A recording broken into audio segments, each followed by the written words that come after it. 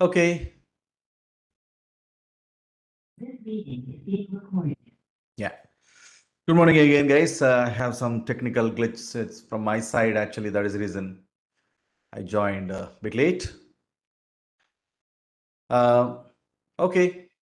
Uh, so this is just before starting my session, this webinar. So first of all, let me introduce myself. So this is Murthy. I have more than 25 years of IT experience in a couple of domains and like storage domain, network, banking, insurance, like that. I work with a couple of IT domains and also played a couple of roles.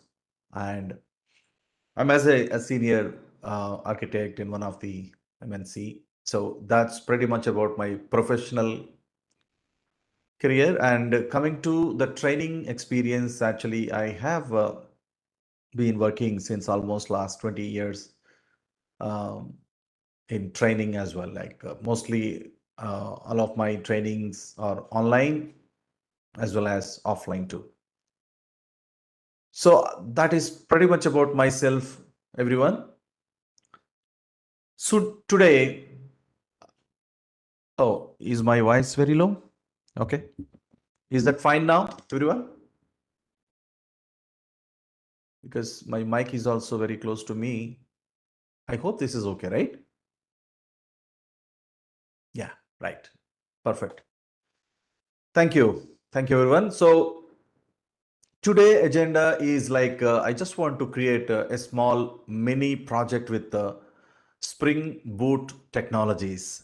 I want to show you uh, how quickly we can create these kind of web applications by using Spring Boot technologies. I would like to demonstrate on that by using some couple of technologies. So that's the agenda for today. The next 2 hours, I'm going to discuss on the project details and as well as implementation as well. Okay, so hoping you all have uh, at least some good knowledge on like core and advanced as well as some Spring frameworks as well. That is the prerequisite for this webinar, guys. Okay, so and I'm seeing a lot of messages as well, but I because the time is precious for me. Like we have to. I would like to show you one complete end-to-end model from front end to back end, where I'm going to cover with a web application development with the web security as well. So let me, I do my best to showcase this complete a project, right? That's the agenda, guys. Okay, so that is the reason I more focus on the implementation side rather looking at the messages what you are but anyway, I parallelly I'll keep watching that, but I may not focus more time on the addressing your concerns as other than like my voice related issues or some sort of things, right? So but anyway, those kind of things will be taken care. Yeah, thank you all. So before getting into this, let me show you a small PPT um, also, so that we'll start like that. Okay, 1 second.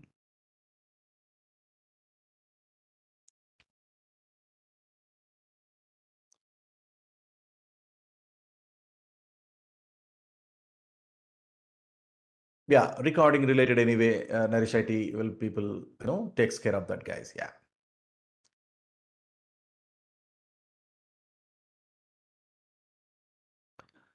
Right.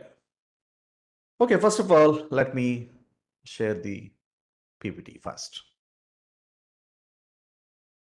So this is a webinar with regards to like a Spring Boot with a mini project, right? So I'm going to share the requirement as well as the technologies I'm going to use to build this project.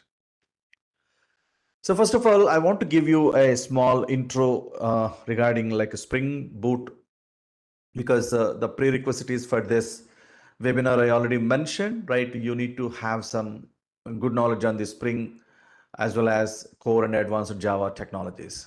So that is the expected prerequisites. Okay. So Spring Boot is a Spring module, is one of the module which provides the rapid application development, right? So nowadays, actually, if you want to develop any application, right, the clients may not wait like months and years. Those days completely gone. So you have to develop the application as early as possible. That is the main agenda, the main prerequisite is nowadays for every client, no matter who, what kind of client it is.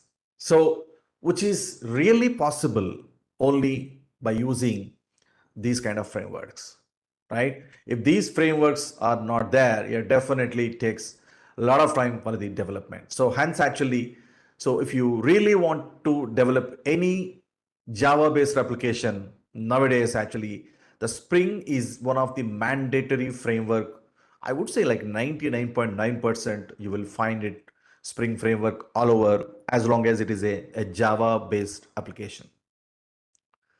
So Spring is also, initially started with the Spring framework. Later, actually, he added like a lot of modules because of the popularity and most widely uses of these frameworks. There are a lot of modules also added around this.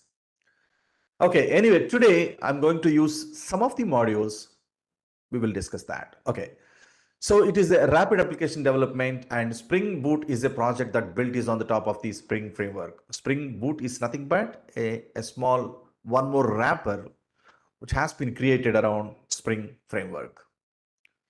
So it provides easier and faster way of setup, configure, and run the web-based applications.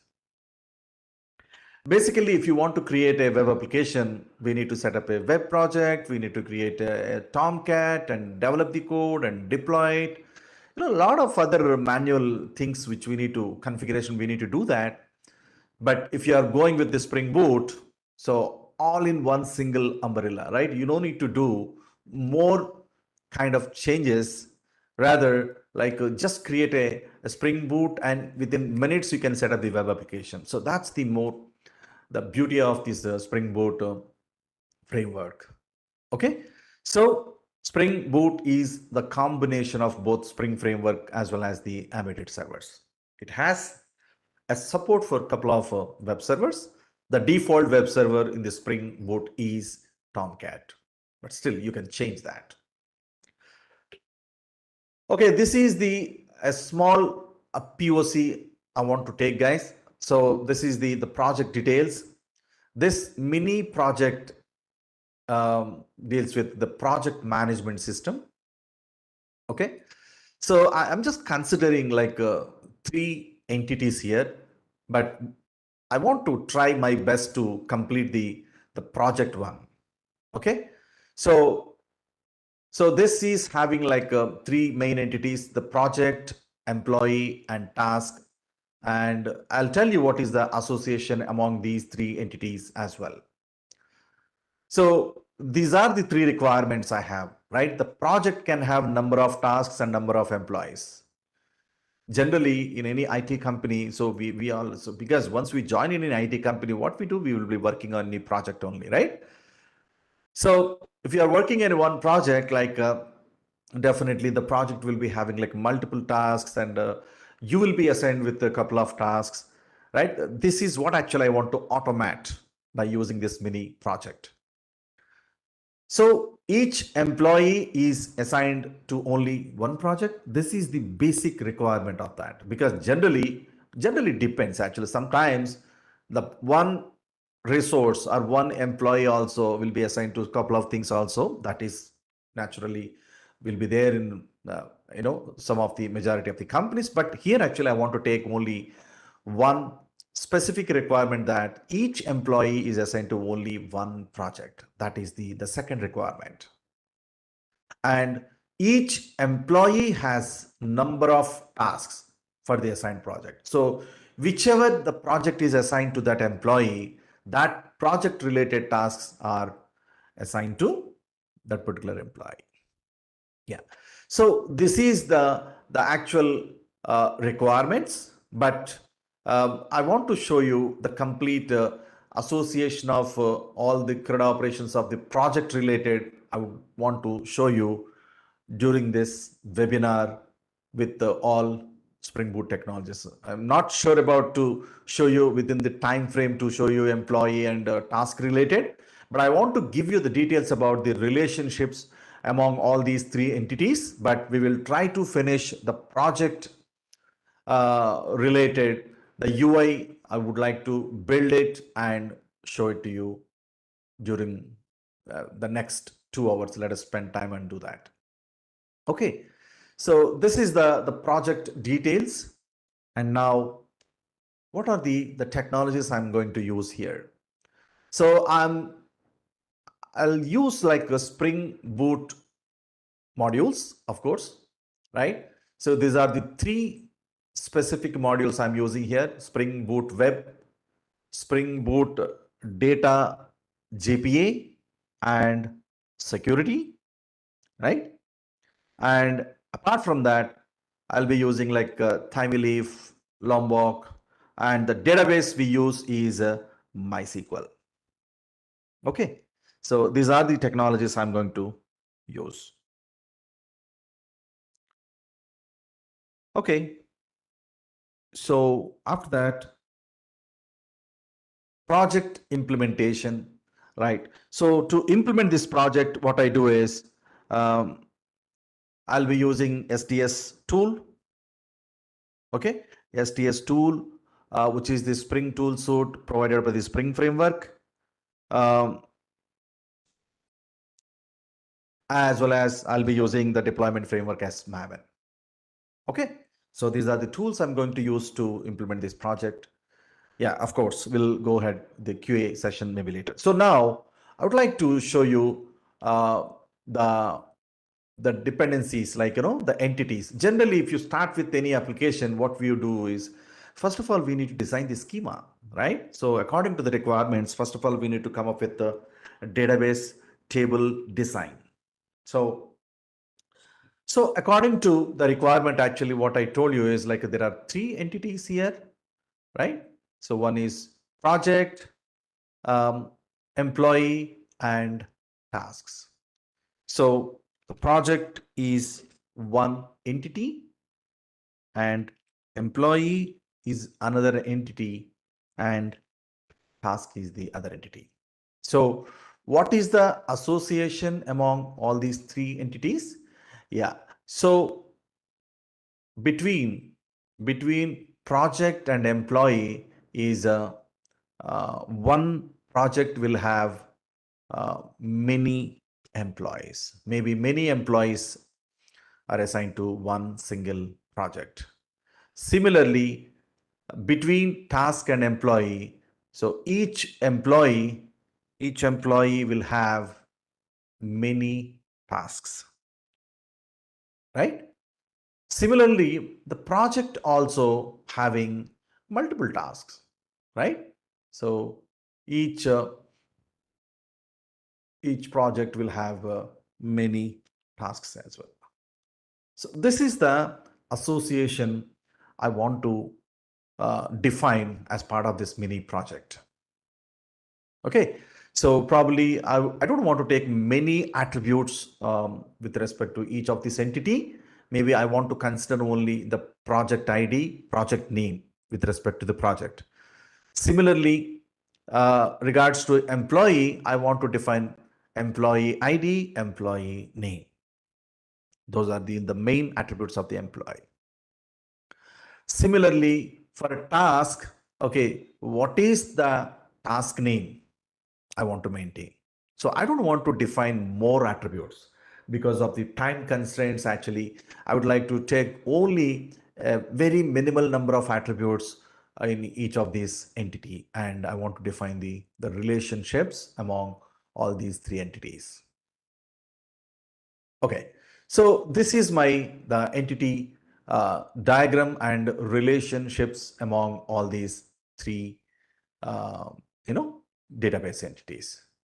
So the moment once you freeze the requirements regarding these three entities, then you need to start developing the code.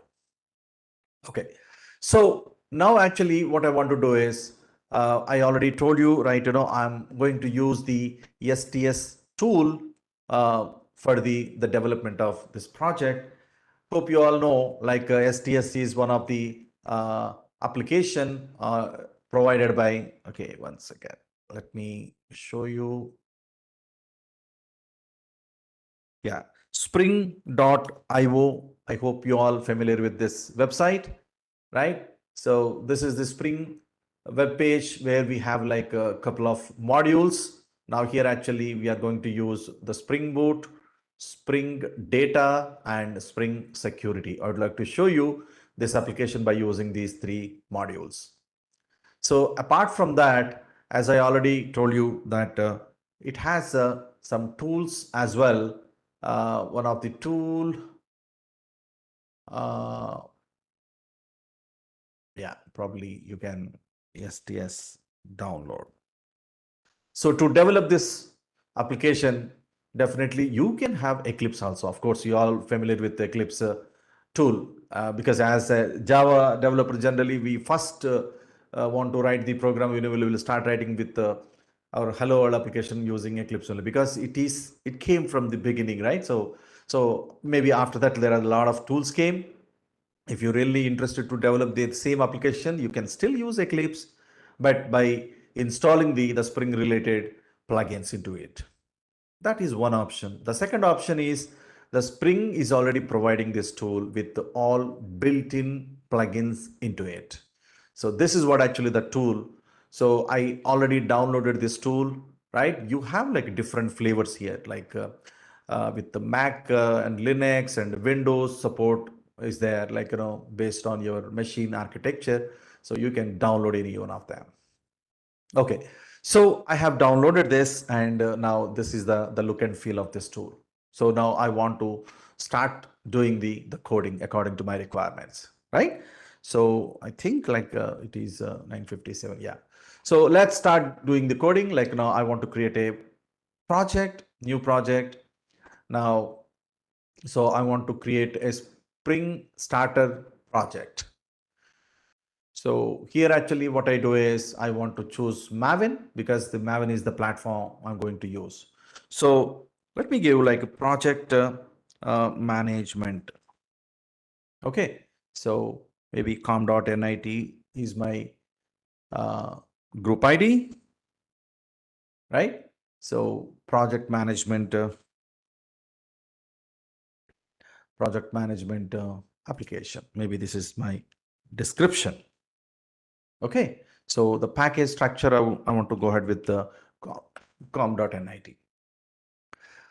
Okay, so then I need to go next. Now this is where actually I need to choose the technologies. Okay, as I already mentioned, I already told you like, what are the technologies I'm going to use as part of this, right? So I think I mentioned here the web, data, JPA, security, Timeleaf, Lombok, and MySQL database. Okay, now, so let me choose those technologies. The Spring latest boot version is like 3.3.4. I want to go ahead with that, right? So, okay, the latest one I'm going. So let me choose the modules, whichever you are interested. Okay, I want to choose the Spring Web and data JPA. Okay, and I want to use Lombok. And because I want to connect to the MySQL database, hence actually I need to have MySQL driver. And also I want to do the continuous development, and for every change actually I need to stop, restart the servers and all those things. I need to do that. So for that purpose actually there is one more plugin which really helpful for us.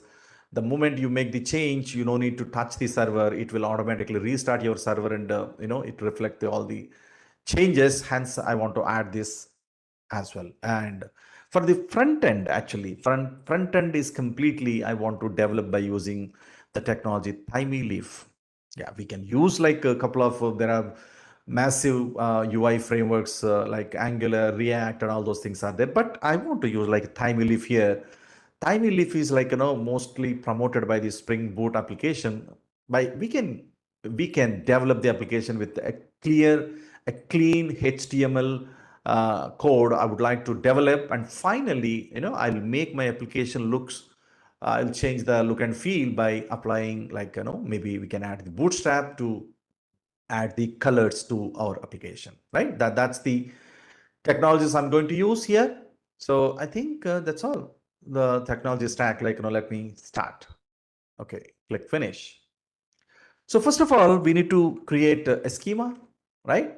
Definitely, because I have come up with the database entities, right? Definitely, we have to create a schema to store all these three entities related information. So hence, actually, what I do is let me create a schema.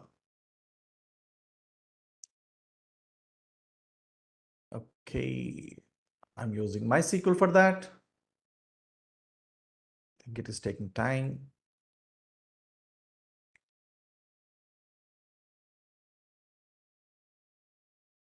Oh, what happened?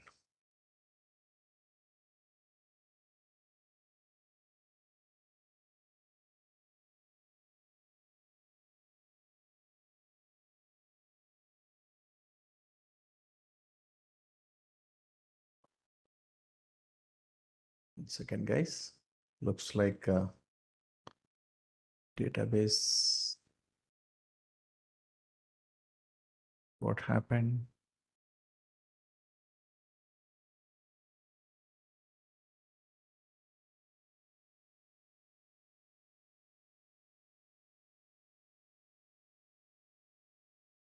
Let me kill the thread and try again.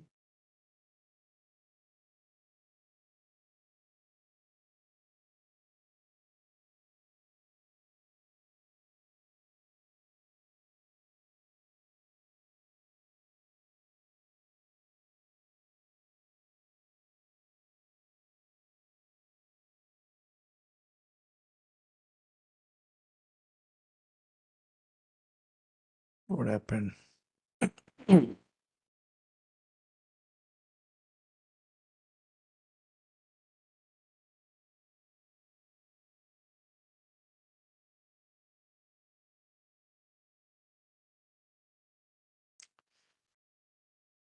Hmm.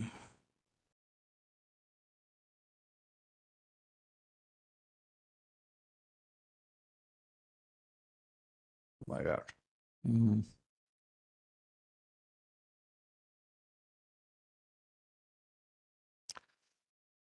Uh,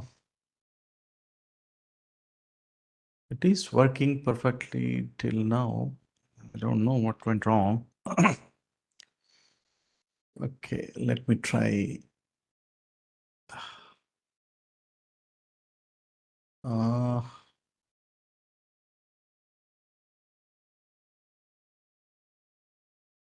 yeah, if I disturb this database, okay, anyway, I don't have any option like I need to install this quickly. I don't have option. Okay, let me quickly do not close applications. No, I don't have Oracle. That's the problem, but Oracle is really very heavy. That's the reason I want to choose this only. We'll see. Yeah. No. This is not the problem with the. Okay. Something went wrong. Yeah, just wait a couple of minutes. Let me first make it work and then we'll come back.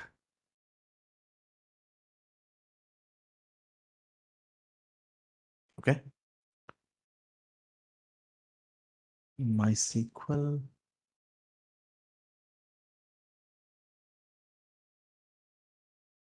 Go to the downloads, community downloads, MySQL Workbench. Yeah. No. It won't take much time. It won't take much time. I'm not installing database, guys. I'm just installing the only the client.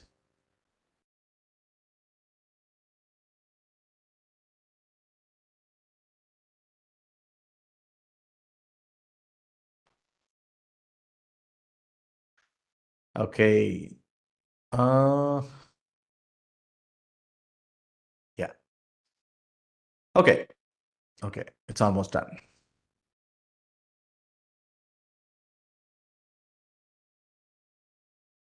Okay.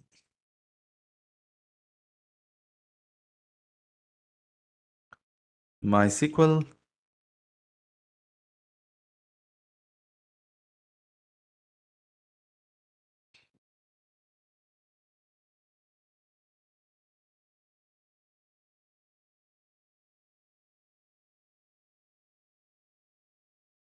Oh my God. Okay.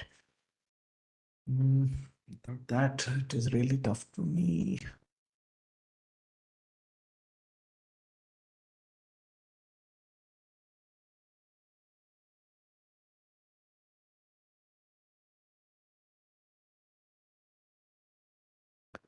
Hold on, guys. Like, just maybe it requires some restart. I'm sorry for that. Like, just give me a minute. Like, I'll be joining quickly. Okay.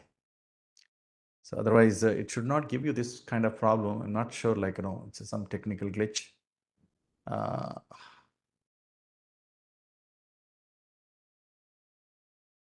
okay.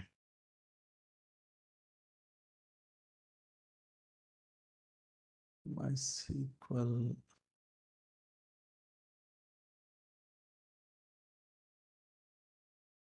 Yeah, something wrong. Oh, okay. So let me request NareshIT.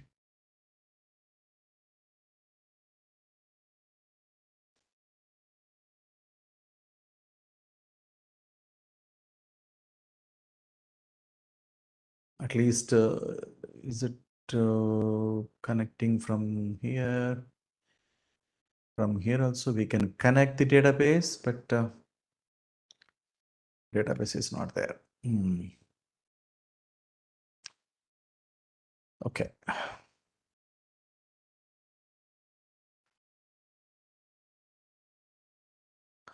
Uh, 1 second. Second, guys, just hold on.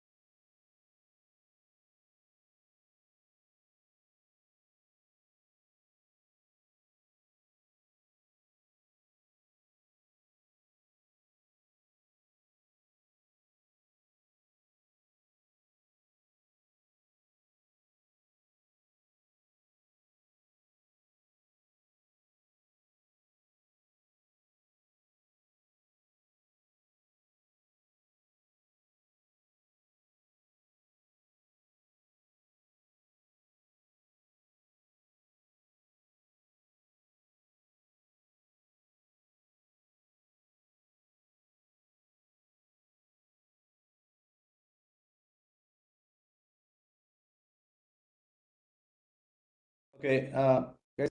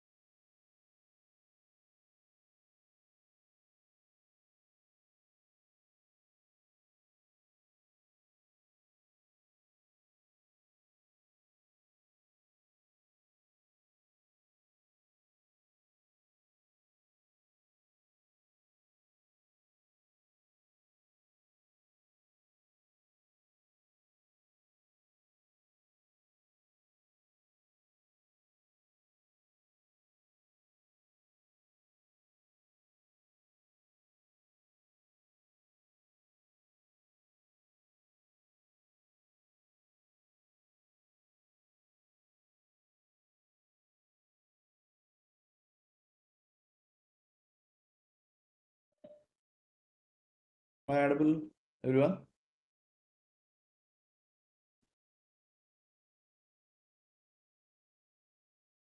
Am I audible now? Sorry, guys. Actually, I joined through other machine.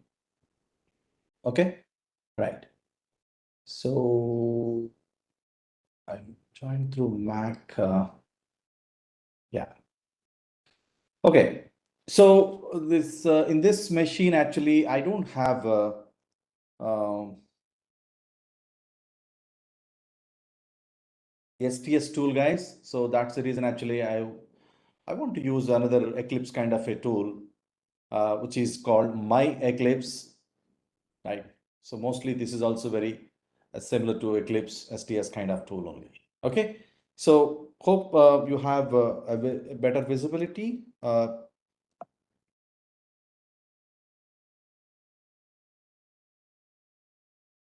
Yes. Is that clear, everyone? Hope my voice is audible, everyone. Yeah. So my screen is also visible, right? I mean, the font is little uh, small, but is that okay, everyone? Font is small, yeah. Okay, now let me increase. Is that okay?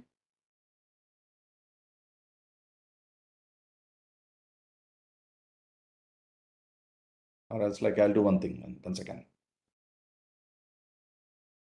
Oh,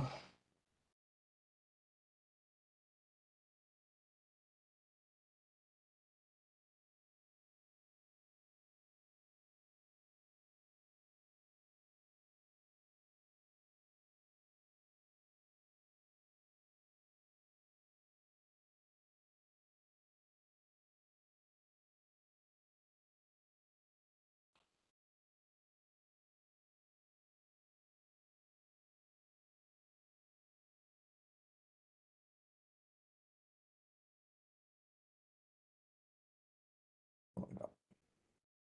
It's completely a different way, actually, this appearance and all. Use my classic way of usage.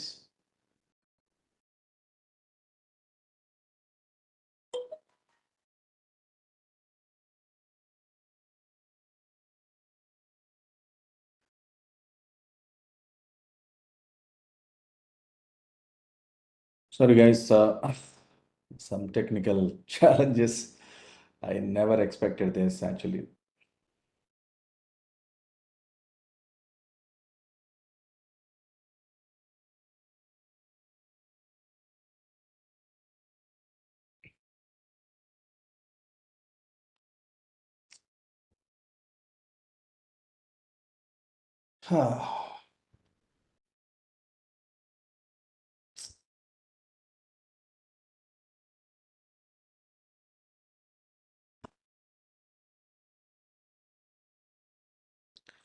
Oh my God. What happened? This is also.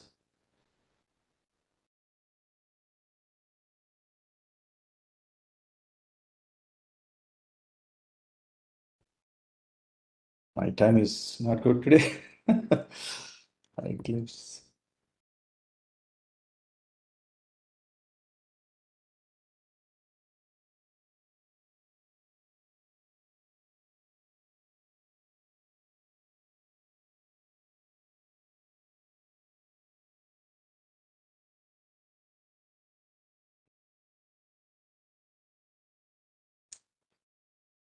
Yeah, what happened, man?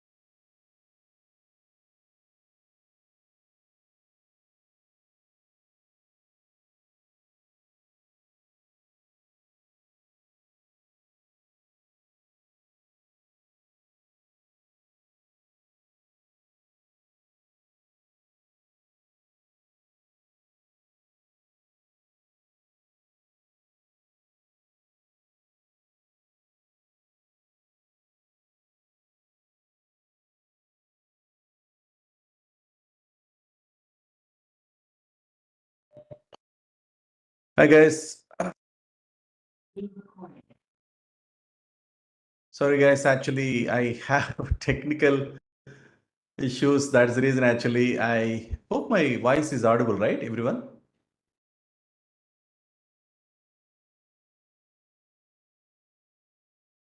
Hello.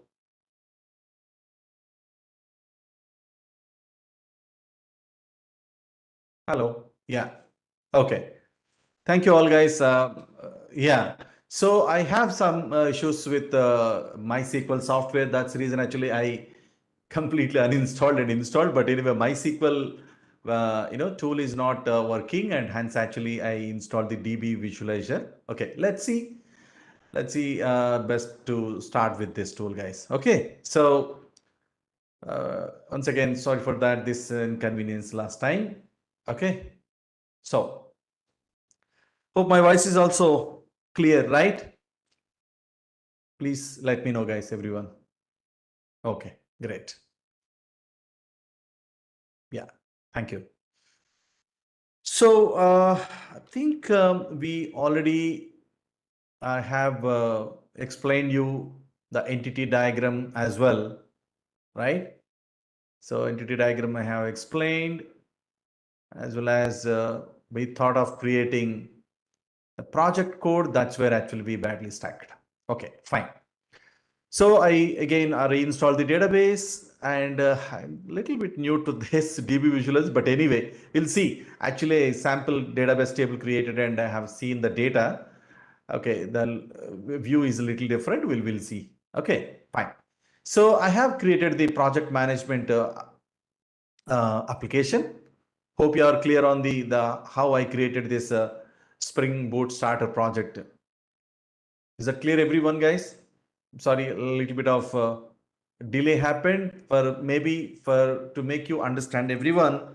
What I have done so far is like, I have created a project management Spring Boot project where actually I have created the latest version of the Spring Boot version, and where actually I have added the couple of modules like Spring Data, JPA, as well as the Timely Leaf is the technology for the view purpose, and it is a web application, right? So hence actually I have added the starter dependency of the web module, and the other dependency is like to as and when I make the changes to the uh, my application, I don't want to restart application. So for that purpose, actually, this is the one of the dependency which will help me to save a lot of time for the restarts purpose.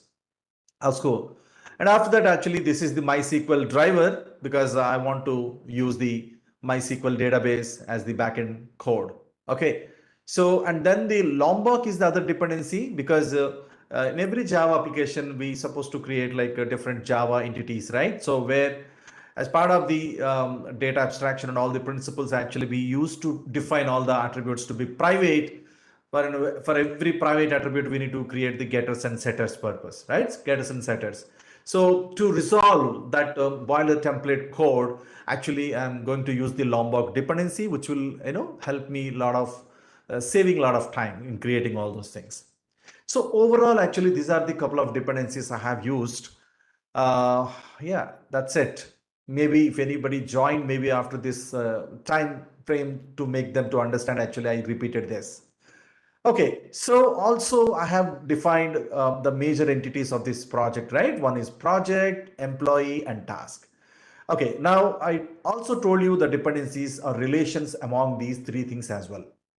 Okay, so quickly I want to define the attributes of each of the entities. So let me start with the project.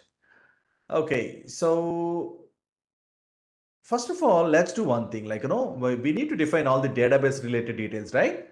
So let me define the database related. Um, okay, so we have like, Spring Boot application is completely, work with the number of properties actually. So maybe the older, I mean, not the older, the Spring framework time actually, any configuration you want to do that, everything you'll be doing with the Spring configuration XML file.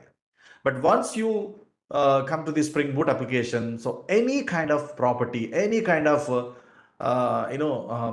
behavior, if you want to define to the Spring Boot, so you need to define in terms of the properties. Okay, now here actually I want to define my database related properties. So for that actually we have specific properties like I'm defining here. So we have like a Spring database URL, username, password, right? So I think this is three attributes are enough now. Okay, let me define my URL JDBC colon MySQL colon local host colon project management. This is the schema I just created here. If you go back to the database visualizer, right? This is the schema I want to use that. I haven't, I created, but to sample I created, but for now, actually, I don't want this. Let me delete this for now. Okay, so project management is a clean schema as of now. In this, I will try to create what are all the entities I just told you, right? Let me define all these three entities through our Spring Boot application, because the Spring, one of the module we are using is the Spring Data, right? Spring Data has a capability of creating all these tables automatically through properties. We can do that. Okay, so for that, actually, what I want to do is, let me go back to, first of all, let me define the username and password details. In my case, MySQL, this is the root data source dot password is, in my case, techno. Okay, so after that, if I want to create all the tables automatically, I need to enable so DDL auto. This, there is one attribute which we need to define this as an update, so that what it does is like whatever the entities you are defining as part of your projects that are going to be generated, that the table, it generates the table in the behind the scene. And not only that, this update flag, what it does is like in future, if you make any changes in the entities, accordingly the database those changes will be applied at the backend database as well. That is the reason actually I'm using one of the DDL auto attribute update. Okay, now let me start defining all the entities, right? So whatever entities I defined, so I want to go one by one. So let me start with the project. So I want to keep all the entities in the entity folder, entity package. Now the first entity is the project. Okay, so I want to create only very few attributes I want to define. I already told you. So I want to define the project ID. Okay, project ID and private string name. This is the project name. That's it. I don't want to define more number of attributes. So these two represents my project details. So I want to define this as a entity. Okay, so I want all default constructor and all arguments constructor. So for that purpose, actually, I want to use these two annotations from the Lombok, which will create uh, what happened? Is not used. Okay.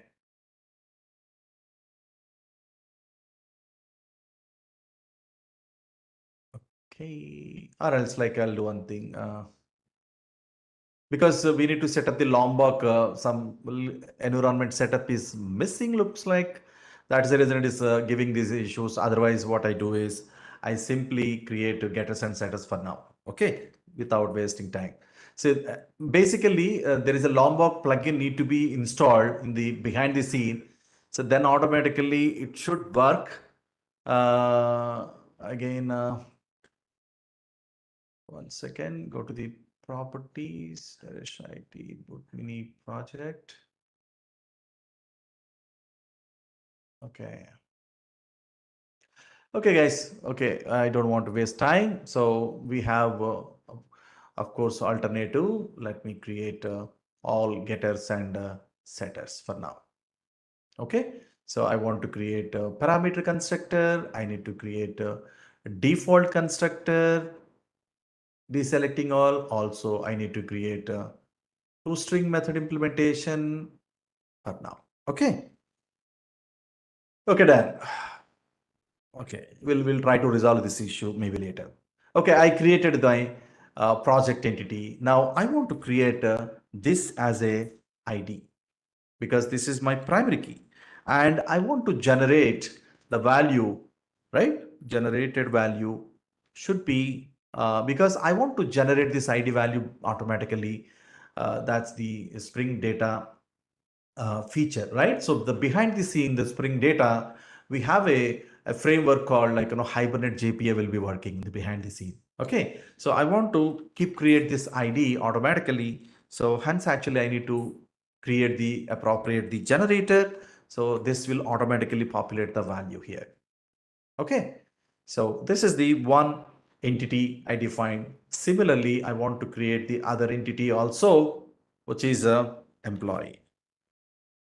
Okay, the same thing which I want to do it even for this also. I think all are same for everything. Let me copy paste without wasting time.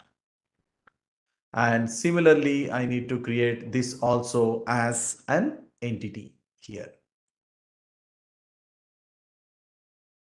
Okay, so even with employee also, I want to keep maintain only what is the employee ID and what is the employee name. That's it. Okay, I think this need to be employee. Okay, right. And also this need to be constructor name should always be the class name, right? So this is also done. Similarly, I want to create a task also. I'm copy pasting. Okay, task. Okay, I created the task. My class name is the task, which is also another entity. And here also I want to use the task ID and task name, right? So these are all same. Okay, in this place, actually, we need to have a task.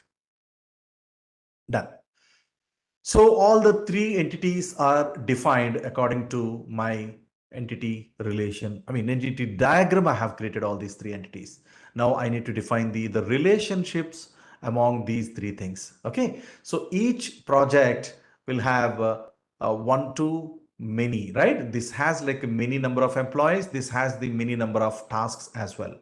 Right. I want to define all the relationships in the other tables, right? Relation tables I want to keep maintain. Yeah, probably let me define those relationships. So I want to do at, in the project class level, I need to define that. Okay. So now, because as I told you, the project will have a list of employees, right? Employees equals to new array list, right? This is one property I need to define. Similarly, the project also can have a list of tasks as well.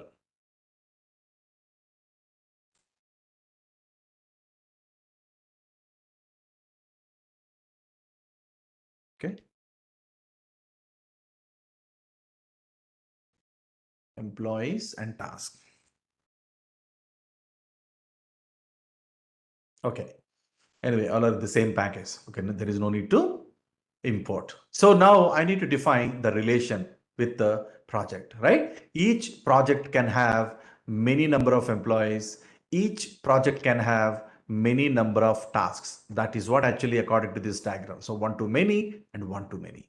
Now let me define that. So that should be done through one to many.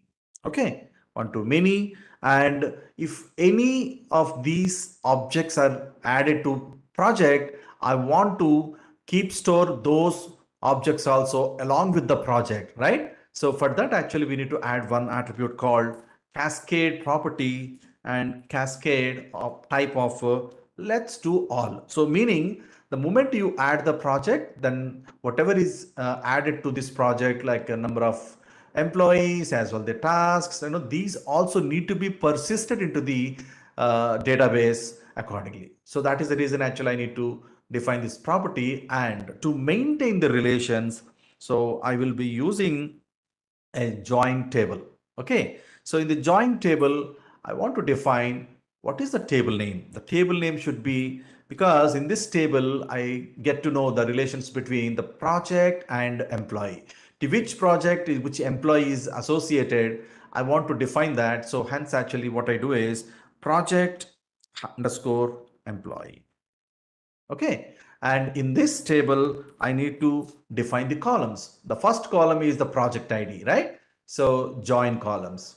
So at the join columns, what I need to do is by join column annotation, where we need to tell, okay, what is the name of the column? Okay. So name of the column should be project ID I want to store. I want to keep define my ID as a project ID, but that should reference. Okay, one second. Yeah. So join table, join columns. Okay. Name equal to project ID and comma. Referenced column name should be, I want to refer this ID, right? So that is the reason actually I need to define these two things. So what is the meaning is, okay, actually in my project, I'm defining the column name as ID, the same ID which I want to represent as a project ID in project employee table. That is the meaning of that. So similarly, I need to define and one more inverse join, right? So inverse join in the sense like, what is the other table column, right? So that is called the inverse joining column.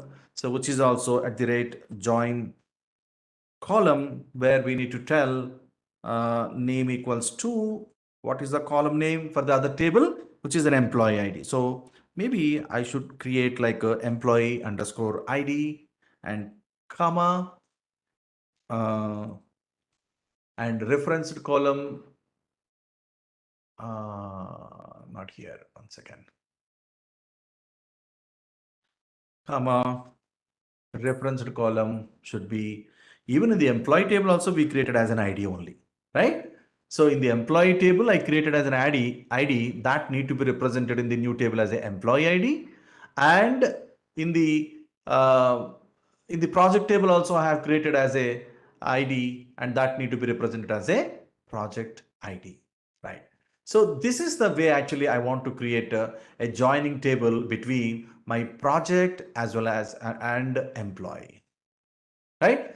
So hope everybody is following, right? So because the join call, so once the tables are created, then you will understand, because I need to define the relationship between the project and employee, right?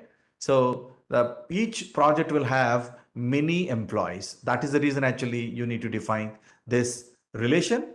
And in this relation, I want to show through project underscore employee table by using these two columns, project ID, and the other column is employee ID. Okay, the same I want to apply with the task also, right? The task also same, correct? With the task, actually what it does, each project will have number of tasks. Okay, then what I do is I'll create this table as project underscore task. So I want to define the project as a project ID, and I want to refer the task table entries as a task ID. So hence actually let me define this as a task underscore ID. Even in the task table also we created the primary column as an ID. So that ID column I want to represent as a task ID, and those details I want to define in the project underscore task table. So overall, we have three tables will be generated for each of the entity. One is the employee, project, task. So along with these three tables, I'm going to define the relationships among all these things in the other two tables. One is the project underscore employee. The other one is the project underscore task. Okay. Similarly, at employee level also, okay, now if you look at the diagram, at employee also, employee will have one to many, because each employee can be assigned to more than one task. So let us define even this definition as well. Okay. So in that case, what I need to do, go to the employee, and where actually, now let me define the task definition. Okay. So even here also, I want to use the same kind of attributes there. Right. So each employee can have more than one task. So the relation is also one employee will have many number of tasks. That is the way we need to read this annotation. And along with the employee, whatever the task related entries are coming, even those things also need to be persisted into the database. Hence, actually, this is anyway, we need to use that. And so to represent the relation between employee and task, what we need to do? So employee underscore task table, let us create. So this need to be employee, and to represent the employee ID detail, I want to use the main join column should be employee, right? And the task related anyway, task ID, which is same, no change in that. Okay, so to make you clear, so let me get it to the down so that it would be more clear. So what are the attributes I'm trying to use as part of the join table annotations? Okay, so I think that's all. That's all the relations which we need to define as part of the this project entity association. Okay, guys. So now actually I need to start the application, and we'll see whether these tables will be created successfully or not. We'll see that. So for that, what we need to do, we just need to run the application first of all. Let's run it. It won't give you any output as such, but what it does is it should create the required entities are going to be generated now, because we already defined all the entities. Now see, look at that. The application is running on the port number 8080, the context path as slash, and I don't see any errors here. So meaning, I'm just thinking all good. Okay, now let me see in the DB visualizer. So whatever I told you, the tables all get it or not. Let's see, look at that. I can see employee table, project table, task table, and employee task, project employee, and project task. Everything is get it here. Do you see that, everyone? So without creating manually, my Spring data is created all these tables according to the relations whatever I have defined. So hoping everybody is following, guys, what I have done so far. Is my understanding correct, everyone?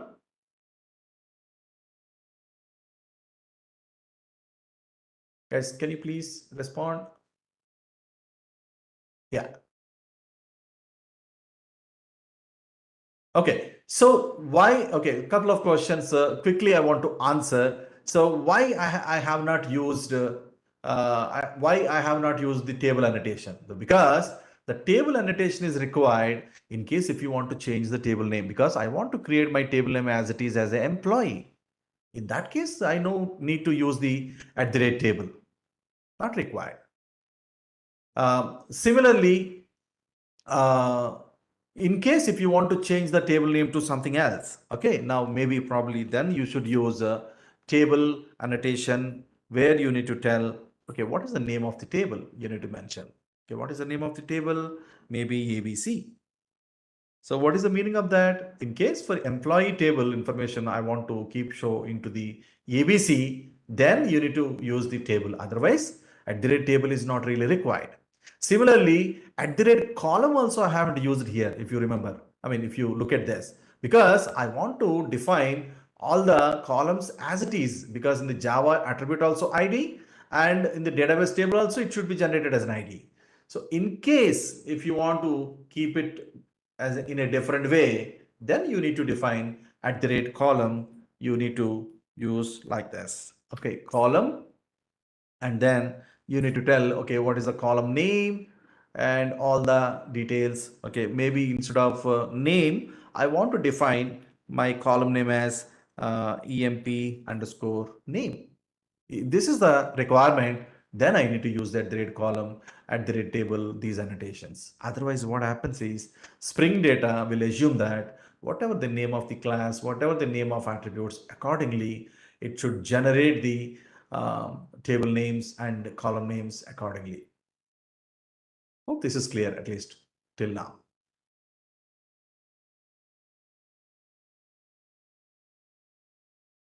Okay, so Neeraj's question, let me quickly introduce why he's asking the question, why one too many employee and task classes? Employee and task, that is what we discussed here, right?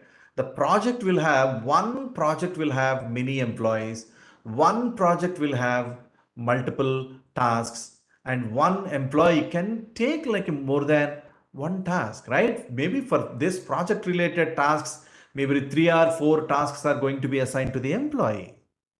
That is the reason, actually, according to this entity relationship only, I have created the classes. Hope this is clear, Neeraj? Yeah. No? Yeah. Okay, so maybe see that is the reason, actually some little bit of prerequisites are required, guys. I'm assuming like you all have a little bit of knowledge. Not you need not be expert in these technologies. At least the little bit of knowledge is definitely required. Then only you will understand all these relationships. Because the intention is of this webinar is to develop the application, right? Not to explain each and every concept. Maybe in the 2-hour webinar may not be possible. Maybe let us plan one more, and where probably we can target maybe different discussion point, right? For now, actually, my our goal is to create the project according to this. Okay, guys. So I'm just moving on to the Abhishek. Yeah. So one of the Abhishek question is, one employee can have multiple projects? No, I don't want to take that requirement. According to the requirements, I'm creating this project, guys. So we have like, if you don't, freeze the requirements, we can visualize so many things, but we have to target one specific requirement. That's what actually I told you the beginning. Probably you missed my conversation, Abhishek. So each project will have only multiple employees, and each employee will be assigned to only one project only. That is my requirement. Of course, each employee also can be assigned to multiple projects also there, but that is not there as part of this application. Hope you are clear on this. Okay, fine, guys. Okay, let's move on to the code generation part. Okay, my database entities are done. Now what next? So generally, whenever you want to develop any application, okay, now let me give this as a entity relationships diagram. Okay, and the next, generally, whenever you create any application, so that application need to be always, no matter what kind of application, whether it is a mobile application or any web or enterprise class based application, so we should always define as a 3-layer architecture. Okay, so what is the 3-layer architecture? So this is called presentation, right? Presentation, DIOM, presentation layer, and the business layer, and data access layer. Every application will be designed in this layer architecture model. So from presentation layer, from front end, whatever data is coming like now, that should be coming to the presentation layer. From presentation layer, it should call the business layer to process any sort of validations. And from business layer, you need to call the data access layer to talk to the database. Always the data access layer will talk to the database always. Okay. So this is the industry standard methodology or approach, right? So no confusion in this.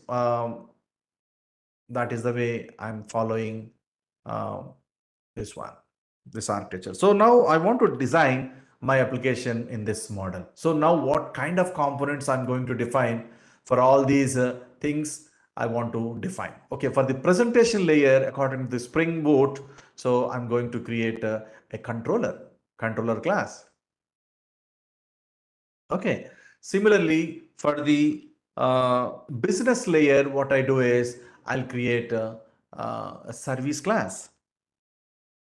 And for the data access layer, I'll create generally we call it as a repository. Yeah, but from Spring Data, actually the naming convention little changed repository. Even you can call DAO also, right? Repository is nothing but a DAO only. So these are the three components I'm going to define now. So let me give this employee, because this is a project related, hence actually I'll be giving this class name as a project controller, and this is a project service, and this is a project repository classes I'm going to generate. So what I do from the, because it is a web application, so from the web, the input is coming to the project controller. From project controller, it should go to the project service. So here actually what I do is I'll be handling all the transaction mechanism, right? All the transactions I'll be handling in the project service. That is the importance of this class. And from service, you're going to call the project repository. So from project repository, it should talk to the database. In our case, actually, this database is MySQL database. Okay, so this is a architecture diagram. We'll try to improve this diagram and slowly. Okay, so in between actually what will come, like, the user is going to call the presentation layer. So actor in the sense, like, this is a user is calling a presentation layer, which is nothing but a browser, right? So it's a web application, means like, this application will be running through a web browser. The browser could be anything, either Chrome or Safari or Firefox or any other browser as well, right? So this is the structure. Accordingly, I want to create all these Java components, and similarly, I want to create some of the UI pages as well. First, as I told you, because yeah, this is MVC architecture, obviously, Neeraj. Um, because the Spring Boot follows the web module, whatever I told you, which follows MVC architecture. Okay, so accordingly, I want to use all the components. Okay, so first let me start with all these components, and then I'll come back to the UI. So because these are all the backend components, but we need to show some data in the browser, right? So we need to have some sort of view pages as well. So here actually the view technology, I told you I'm going to use Leaf. Yes. So hope you all already familiar with the JSP. So it is also very similar to that. So why we use the JSP? I want to get all the data to the JSP. So I'll be rendering all the dynamic content into the JSP. But JSP is little old technology, but people are still using, even till today also they are using. But with JSP, as compared to the JSP with the Leaf, I can easily do all these kind of content. So I want to try my best to finish at least the project related. I mean the project related entries I would like to finish completely. Okay. So now what I told you is this Spring. Okay, now let me open with the PowerPoint. Okay, so what I mean is, yeah. So basically, these are the three entities we have defined according to these requirements. So, but I try my best to complete the CRUD operations of the project in this webinar. That is the expectation of this complete mini project. Okay, so probably accordingly, whatever the procedure I have followed for the project, the same apply to employee and task. Maybe may not be possible within our timelines, but which is I want to make you to understand how to develop the other employee and task modules as good as the project module. That's what I want to try with the Leaf technology. Hope it is clear, right, everyone? Yes. Thank you, Ishwar. Okay, let's moving back to the IDE. Now I want to create the components accordingly. Okay, now let me create a controller. So because the respective controllers, I want to keep it in the respective package. That is always a good practice. Now I want to create a controller. Let me create a project controller. Okay, project controller. Thank you. Yeah. Okay. So always you need to create your controllers as a controller, right? So you'll come to this bit later. Similarly, I want to create other component at a service level. Let me create this as a service. Okay. Project service. Done. So you need to define all the services you need to define by using a service annotation from the Spring framework. And similarly, I need to create a repository. Repository is an interface, not the class. Okay. Now repository. So it is a project repository. Project repository. And always the repositories should extends JPA repository. Okay. JPA repository, and where you need to give two inputs. So one is what is your entity name, main entity. What is the main entity? The project. Okay. So because it's a project repository, so maybe you can ask the question, sir, you're creating the project repository for the project. Do I need a employee and a task? Not really required here, because from project tree only I'm going to define all these. That is the reason actually we have defined all these relationships. Once you save the project means along with the project, it should save employee as well as it should save task as well. It should happen automatically.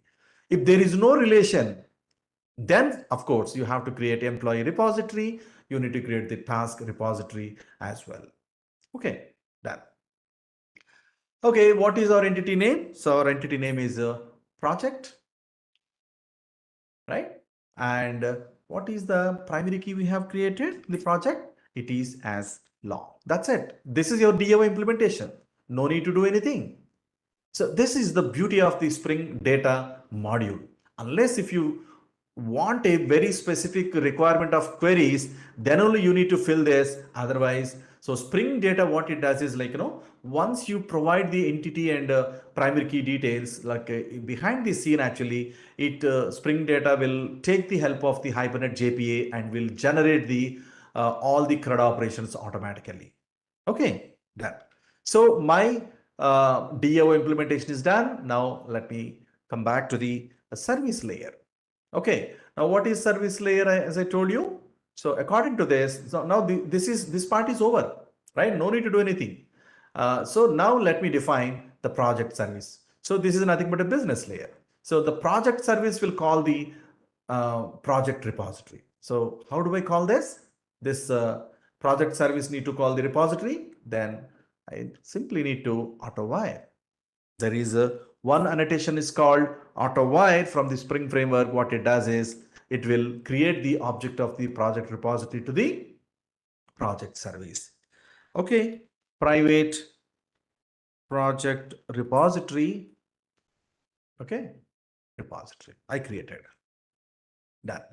So similarly, what I need to do other part is I have to call project service into the project controller. So go back to the project controller and auto wire this component here. Okay. Now let me go back to the project controller, and here you need to auto wire private employee, sorry, not employee, project service. Okay, project service, done.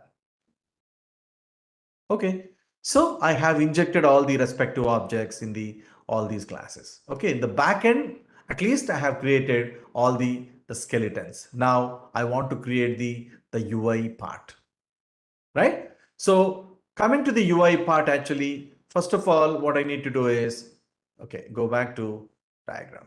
Now, what I want to do is, okay, this is my browser.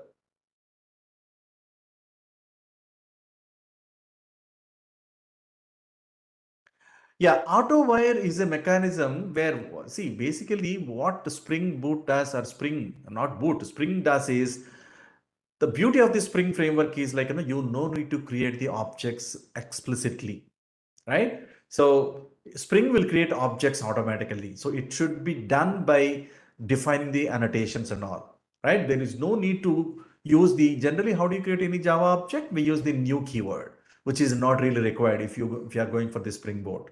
It should automatically create and give the object. So that AutoWire will help you to provide the object of that. Okay. That's the purpose of AutoWire. Okay, so now what I want to do is, so this is the browser, right? So in the browser, actually, what I want to do is, so first of all, let me create a home page. Okay, I want to create a home page where I want to show all the project's details. So how should I do that? So probably let me create a URL here. Okay, now let me create a URL, public string. I want to show the home page. Okay, now let's define to show that we have a annotation called get mapping, where we need to show, maybe once I press slash, then I want to show the view page. So what I need to do is I want to return home. That's it. So what is this home? Home is nothing but home.html. That is the meaning of this code here. Because internally we are using TinyLeaf. TinyLeaf, what it does is, whatever you are returning the string, TinyLeaf will understand that this would be the name of my HTML page, that it should try to identify in the one of the folder in the main resources, which is called the templates. So TinyLeaf is one of the technologies called, templating engine. Even JSP is also kind of a templating engine only, but this is a more powerful engine. The rendering is all will be very fast in the TinyLeaf. So whenever you write any code like this, so meaning is whenever you open the browser, okay, let me open the browser. So what is the URL we created? So maybe local host colon 8080 is running and slash. So the moment you hit the URL like this, then automatically control is coming here and it is going to execute this. And what are we written here? Home. So automatically TinyLeaf will try to search for home.html.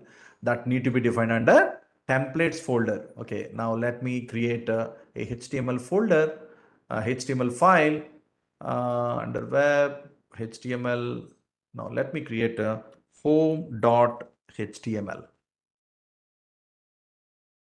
Okay, now let me give a project management system.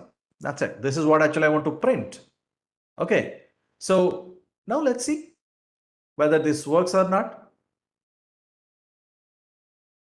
Okay. Anyway, I have used already DevTools plugin inside. The moment I'm making all the changes, it should automatically reflect it. I no need to restart my server.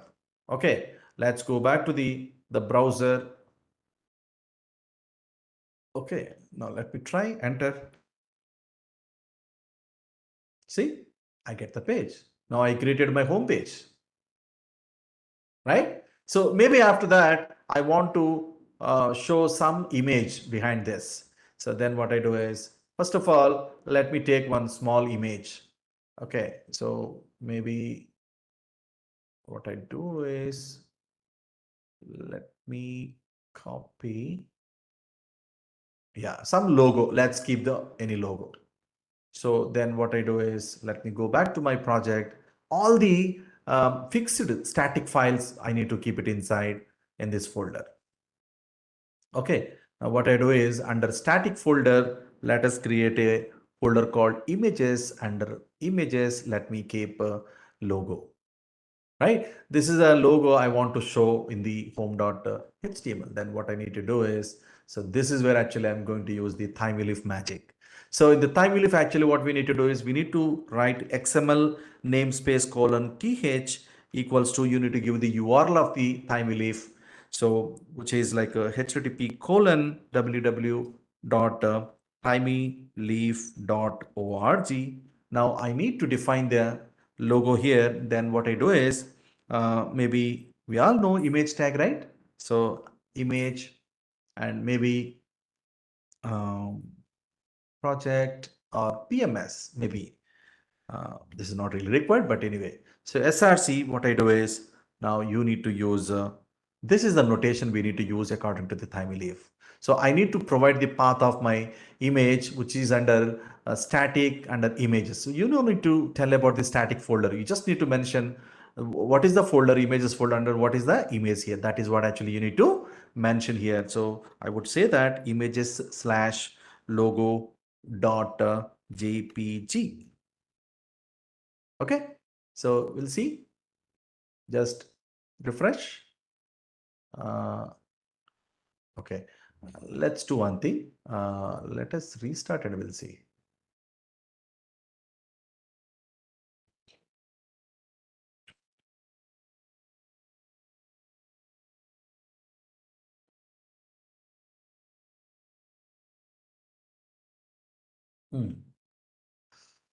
Okay, images folder is correct, and logo.jpg is also correct.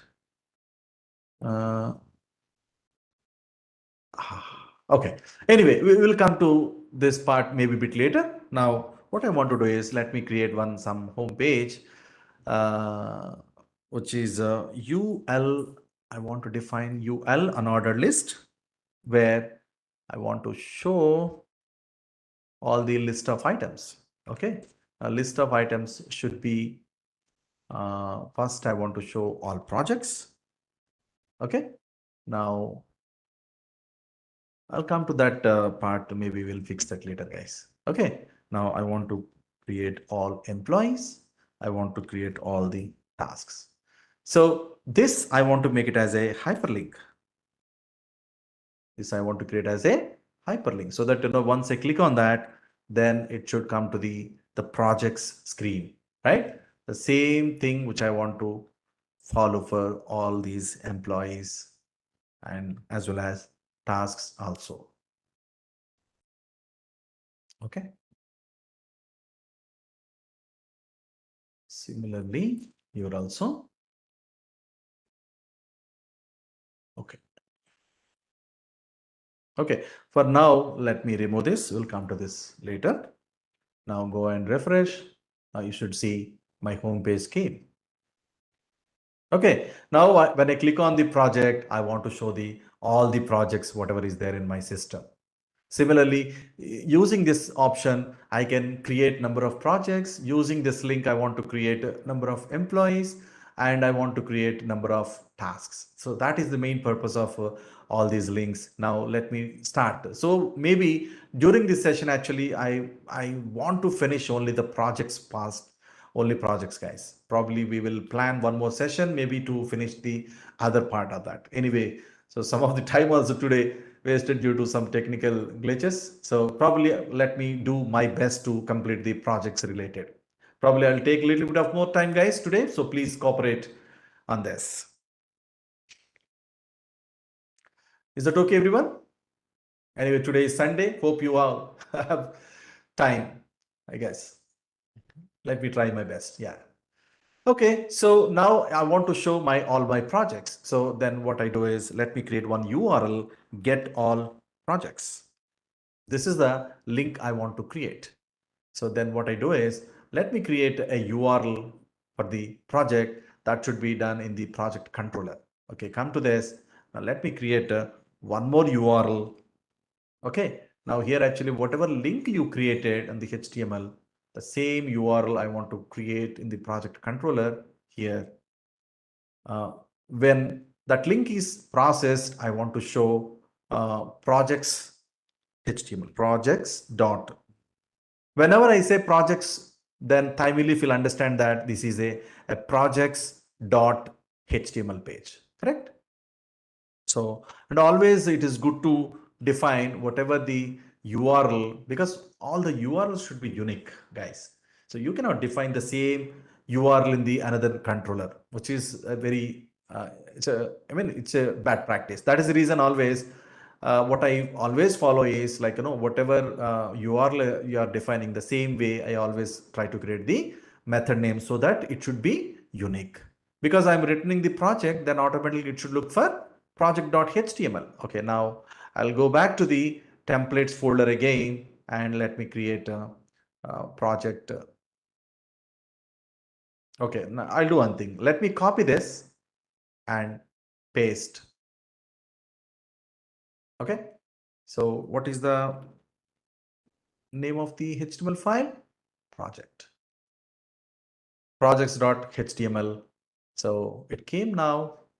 Let me close everything and let me open the project.html.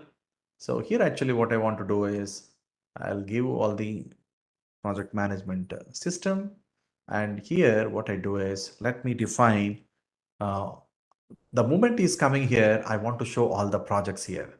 So hence actually what I do is this is the place we need to define all the projects information, right? First of all, we need to get all the data from the projects. Okay, now what I do is let me go back to we'll try to push some dummy data into the projects first. Okay, now what I do, I'll go back here and maybe project, and this is where actually I want to generate SQL. Yeah, probably there is one. Yeah, database navigator. No, not this one. Create, export. There is, yeah, Open SQL. New SQL script. Yeah, I think this works, I guess. Select star from project. Yeah, this is working. Perfect. So now what I want to do is I want to insert some data into that. So insert into, right, project. Maybe I want to give the values. You can directly enter the values also. Okay, maybe the project name is, does it take single quote or double quote? Okay, maybe fee management. Okay, fee management application. This is one of the application I want to insert. Okay, project, I think values, right? We need to use the values. Let's, okay, it is inserted. Now I can see the data, right? So maybe like that, what I want to do is let me push some entries. Okay. Okay, fee management, library management. Just imagine these are all the different projects. Okay, two, maybe what else? Library management and fee management and payroll management. And this is the third one. And the fourth one, let's create some project related, different project names. That's it. What else we can see? Leave management. Okay, and what else? Maybe hospital management. These are all the different projects are there. That is the reason I'm creating all these things. Okay. I think, is it inserted or not? No. Okay. Why this is not inserted? Project values. Okay, let's do one by one. Okay. Okay. But in the MySQL, I can do as a group. That's okay, fine. Okay, I pushed some data. There are 5 entries are there. Okay, this is enough, at least for me. So then what I do is I'll go back to my, first of all, I need to define, see, I told you this is the data access layer, right? From data access layer, what it does, the repository will get the data automatically. For that, do I need to write any code? Nothing. No need to write anything.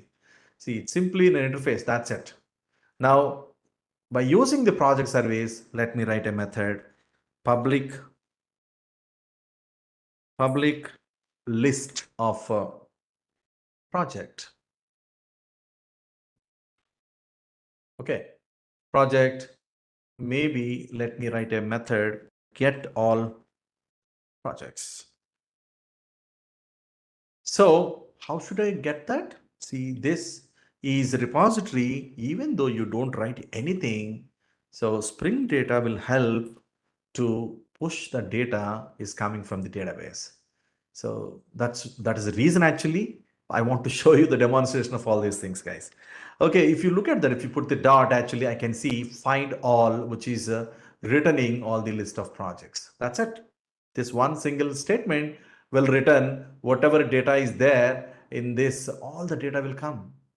Okay, now let's see how I want to show this data back to the UI. Okay, now in the project service, I created a method to get all the projects related data. Now what I do is let me use this in my controller.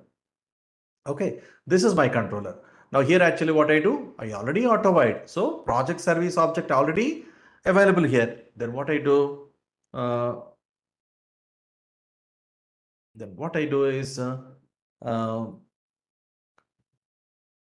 uh, here, first of all, let me project service dot get all projects. Okay, now list of all projects, right? List of all projects. Let me get it. Projects equals to. That's it. So by calling your service get all projects method, you'll be getting all the projects here. Now what I need to do, this data, I want to send it to projects.html page, right? This is the page. This is where actually I want to show the data. So what I do is then simply I'll keep this all the data in the model. So that is the model is one of the object is provided by Spring framework model. Yeah, this is the one I'm talking about.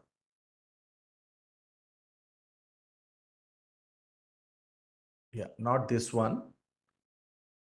I'm talking about this model. Okay, this is used to attach the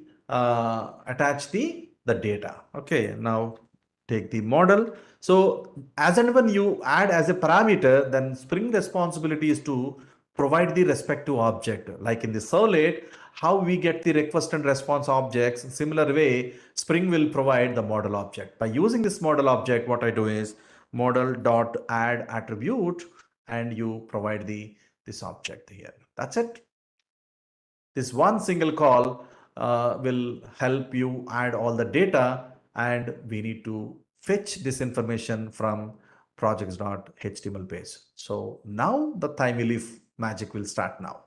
Okay, now what I do is table by table, tr by tr,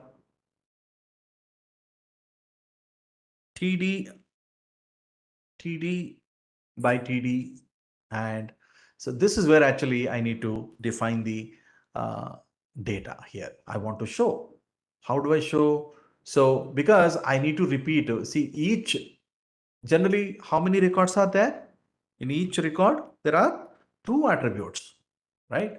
In each record, this is one record. This is one record. In one record, ID is there, name is there. ID is there, name is there. Like that. So I have to set all these. I mean, I need to fetch all this information onto the UI. So this is one TD. This is on the second TD. See, however you are seeing the data, the similar way I need to define. So this complete one record is called one row. This is the second row, third row, fourth row accordingly. Okay. Now what I do? So meaning rows need to be repeated. So this is what actually you need to understand to use the timely leaf technology. So what is need to be repeated? So this is need to be repeated. So hence actually timely leaf has one tag called th colon. There is a command called each. So it is as good as a for each kind of thing. Okay. Now here you just need to provide the data like this.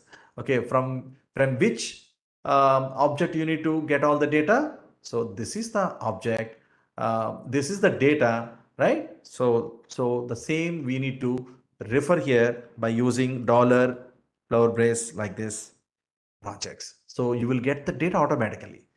See, from the project controller here, what are you trying to do?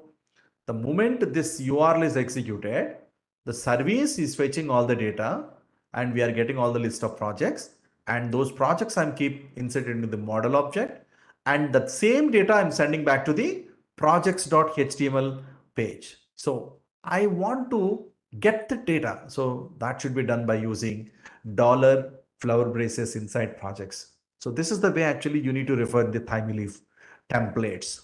Okay, each time I want to get one object. Okay, then what should I do? So maybe you can tell like this. This is the syntax of Thymeleaf each. Okay, so each time one object will come. So you need to print that object in every TD. Here actually I want to print ID, and here I want to print value, name of the project. So then what I do is th colon. I want to print. To print, there is a function called text where you need to tell, okay, what is the value? Okay, now you need to mention what is the object we are getting each time, project, right? This is the object we are getting each time. So by using this project, then you need to ask about what are the attributes in the project. Okay, in the project, what are the attributes are there? ID is there, name is there. The same we need to mention here, project.id. Then whenever you call project.id, what it does is it internally call the respective getter method. Anyway, it is a private. Private means this is accessible only within the project. But why we are using ID? So Thymeleaf, what it does is, for this ID, whatever the get method is there, this get method is called internally. Hence, you are getting that output back, and that is going to be displayed here. That is the way of convention by using Thymeleaf. Similarly, here also, I want to give project name. That's it. Okay, now let me do one thing. Maybe let me change this width to 100%, and I don't need to do anything like to go back to browser and just refresh and click on project. Then you should be getting data. It's not getting something wrong. One second, get all projects. This is correct. Project service. This is also correct. Get all projects, find all. Yeah, this is also correct. Get mapping or request mapping. You can use request mapping also. Add attribute project. Oh, sorry guys, I haven't defined. So actually the code should be, you need to define the key here. Yeah. Okay, maybe projects. Okay, this is the key and this is the value. So you can give any value. For example, you can mention ABC also. If you mention as a ABC, then you need to take that object as a ABC here. Here you need to mention as a ABC. So that is the link between this and this. Okay, we'll give some meaningful name. Actually, this is a list of all the projects. Hence, actually, I want to use the name as a projects. The same thing which I used here each time one project. This need not be project actually. It can be anything, but whatever reference you are using, the same reference you need to refer here and here.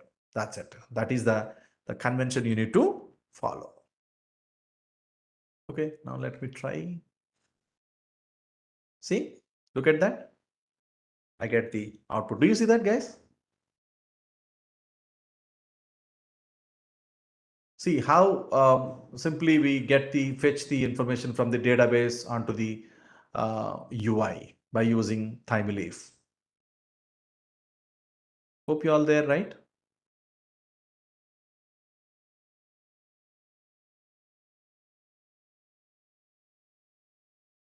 Hope you all there, right? Yeah. Yes. So this is the way actually you can try to display all the data by using TimeLeaf, right? With very minimal code actually I have done so far. I haven't written bulky code here. So yeah, so because in the repository, it's completely empty. And in the project service, I just added one method where by using the repository and fetching all the data. And from the controller, I injected the service and getting all the projects. Okay, so quickly I want to add other operations and I try my best in the next 30 minutes. I'll try my best to finish as much as possible. Okay, guys? Hope you all good, I guess.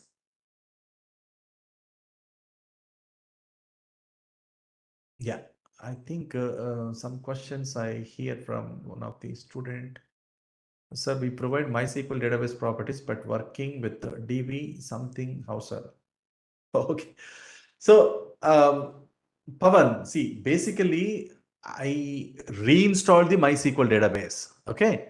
But MySQL Workbench, I had some issue.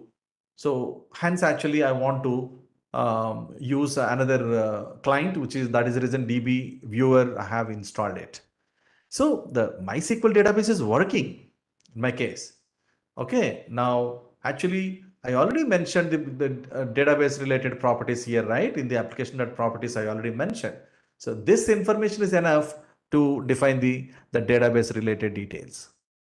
Hope this is clear.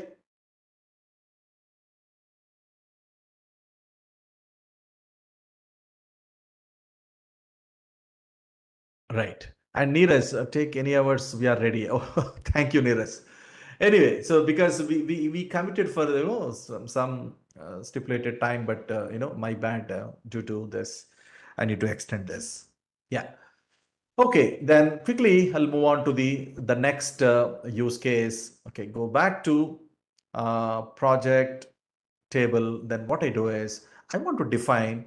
Okay, I want to define my UI something like this. Okay, let me show you on the board.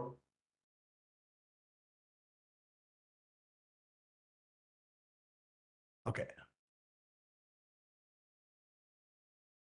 So I want to define my UI something like this. Okay, now here, let's define all the project details like this. Okay, and project ID, project name, and probably here, I want to keep some buttons here. So one is a edit button, right? One is a delete button. I want to use these two functionalities also. And in the top, I want to create a add project. So these are the three functionalities I'm targeting to finish, guys. So I want to dynamically add the project. I want to dynamically delete the project. I want to dynamically edit in the sense like if any mistakes are happened here, I want to keep update that. That's the edit functionality. So hence actually let me create these three URLs accordingly. This is where add, this is edit, this is delete. Okay, done. Okay, let me go back. This is my page, right? Project management system. So where actually what I do is, let me add one hyperlink ref equals to add project. Okay, done. Similarly, I want to create two more TDs. I want to add it. So this is where actually I want to show you the same kind of link. I want to keep it here to edit, edit project, maybe delete project. Okay. Now just I want to give the border also. Border is 1 so that see, look at that. Now let's refresh. So look at that. I got some, you know, so I'll beautify this page also. Maybe end of the session, what I do is I simply call Bootstrap API and I will make it beautify the entire web application as well, right? That is also there as part of this exercise. We'll beautify the project a little later, but let me complete the functionality first. Okay, now first let me do the add project related. Okay, the moment I click on the add project, what I want to do is I want to create a project. Okay, now for that, let me create a call add project. This is my URL, right? So now what I do is go back to the project controller and then again copy this, add project. Okay, add project, the same URL, let me copy to the this. Okay, so whenever you want to add project, I need to show the screen, right? That is where actually I want to enter the data. So meaning, for example, if you click on this link, then what I do, I'll showcase one page where actually here you need to enter the project name detail and then followed by submit button, right? So once you provide these project details and save, then again, I will come back to the screen and where that newly added row is to be displayed here. This is what actually I want to do as part of the add functionality. So first of all, the moment I click on this link, I want to show this page. So what is the purpose of this page? Which is adding the details of the project. Okay, now definitely we require one more JSP and here let me create, okay, now let me copy the same project and copy paste, add underscore project. Okay, so this is the heading of add project. This is my heading, and now I don't want to have anything like that. So now maybe yeah, maybe tr, because there is only one TD. You need to provide only the project details. That's it, nothing else. So hence actually what I do is let me create a input type equals to type equals to text is also not required. That is also default. What I need is okay, let's do like this. Okay, now I want to create a even this is also not required, tr. Okay, now form by form, and maybe after this I want to use a see basically here the main thing you need to observe is like a time will magic, how you rendering the data or how you are taking the data back to the controller. This is where actually you need to understand. Okay, fine. So now input form add project, right? This is already done. Now let me try. We'll see how exactly works. Just refresh and click on project. Add project came, but why this came? Add project form. You need to do action. TD input. Okay, now let's provide one more TD to provide the name of the project. Okay, name of the project and probably name equals to maybe project name.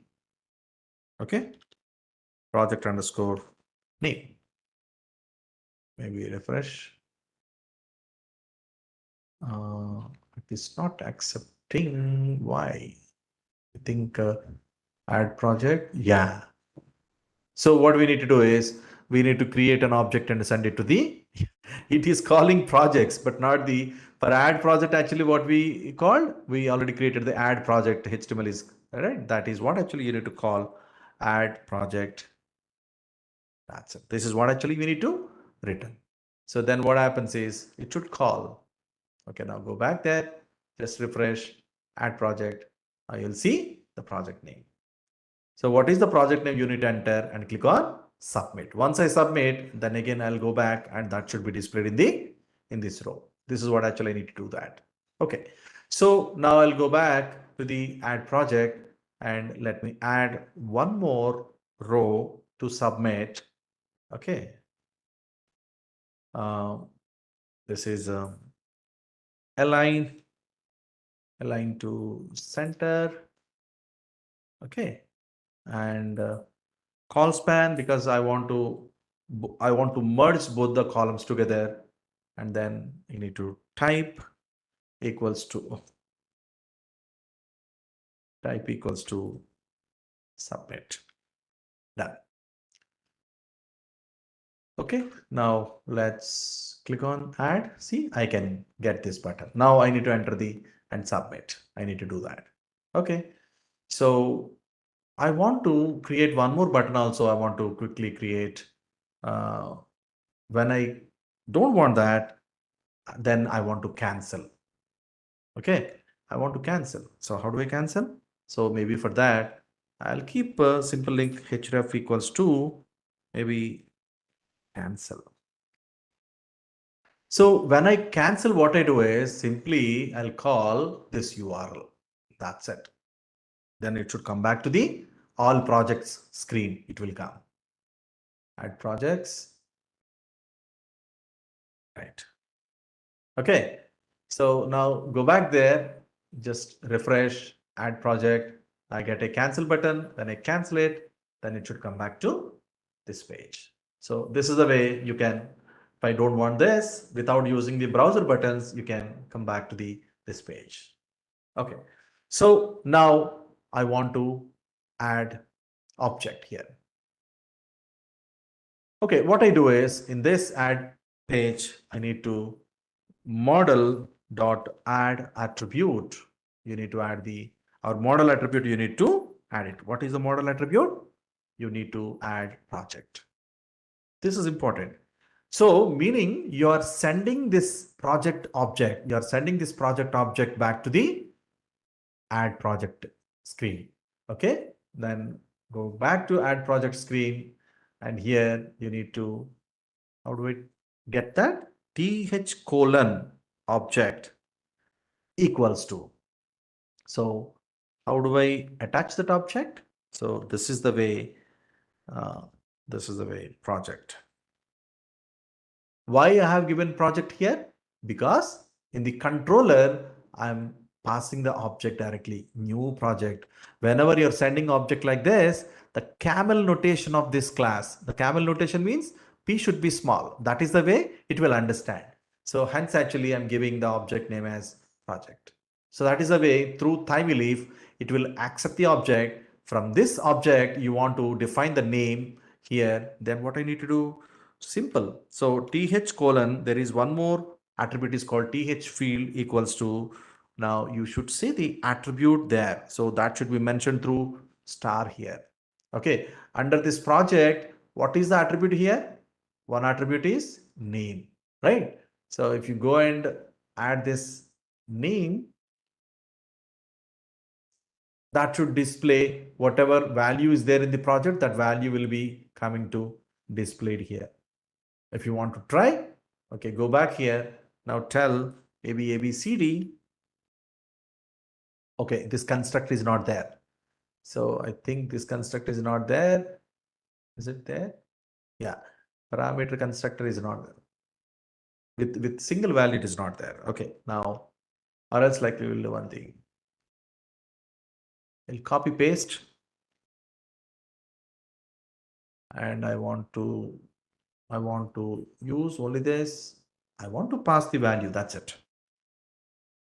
Okay. Now this is the constructor I created, which will take the project name, and let me use that. Now ABC came, right? Now on the add underscore project page, you want to show this project name, right? So automatically you go back here. See, by using this notation from this object, by using this notation, whatever the value of that is going to be displayed. Now look at that. See, look at that. ABC automatically came. So whatever object values are there, the same values are getting displayed like that. Hope you all getting right, everyone. So probably you are completely new to this technology platform, I'm assuming, but still you need to understand the concepts of this, technology. So it may not be, you may not be experts in this. At least you need to get some knowledge of how to populate values, how to retrieve the values. That is the basic agenda of this webinar, guys. Right? So probably you need to do some lot of brainstorm maybe after this webinar so that you might be getting some comfort level to work with this technology. Hope you all agree, right, everyone?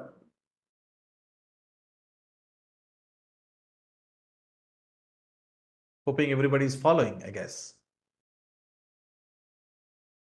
Right? Yes. Thank you. Okay, so let's go back there. See, by using this notation, this leaf notation, I can able to display the value. I can able to, from this object, I get the value. Similarly, you can push the value back to the controller also. You can do that. So how do I do that? When I click on this submit button, whatever values you entered, that values I want to send back to the controller. How do I send back to the controller? Okay, now let me create one more URL, save project. I want to save it. Okay. So, Rajin, yeah, I get it, your question. So this, okay. So Rajin question is why we are using TH here. TH is the timeleaf XML namespace, which I have defined at the top of the HTML node, guys. Hope you missed this definition. This is the way actually you're supposed to use all TH namespace. Is that clear, Raleigh? So wherever you want to use the leaf, you have to use the th colon. So it has some different functions like object, like a field, like a each, if, like that. There are some attributes are there. By using those attributes, I'm making my HTML more dynamic. That's what actually I'm doing that. Okay. Okay, fine. Now going back here, I'm trying to save project. Okay, now let me write save project and let me add this save project. And what I want to do is now going back there. So here actually this page came, meaning I have the JSP page like this, where actually I entered some new text here and click on the submit button. So then what I need to do, whatever text you entered, this need to be go to the database, right? And again, I need to show back the list of all the students logic is there, right? That logic need to be shown back. So then this data is going to the database. So of course, again, you're sending whenever you're showing all the data. So whatever data you have saved, the same data, it should be displayed here. So that is the proof that whatever data you have entered, that is stored into the database, right? This is what actually I want to show you. Now let's go back there. Save project. Now, how do you get that object?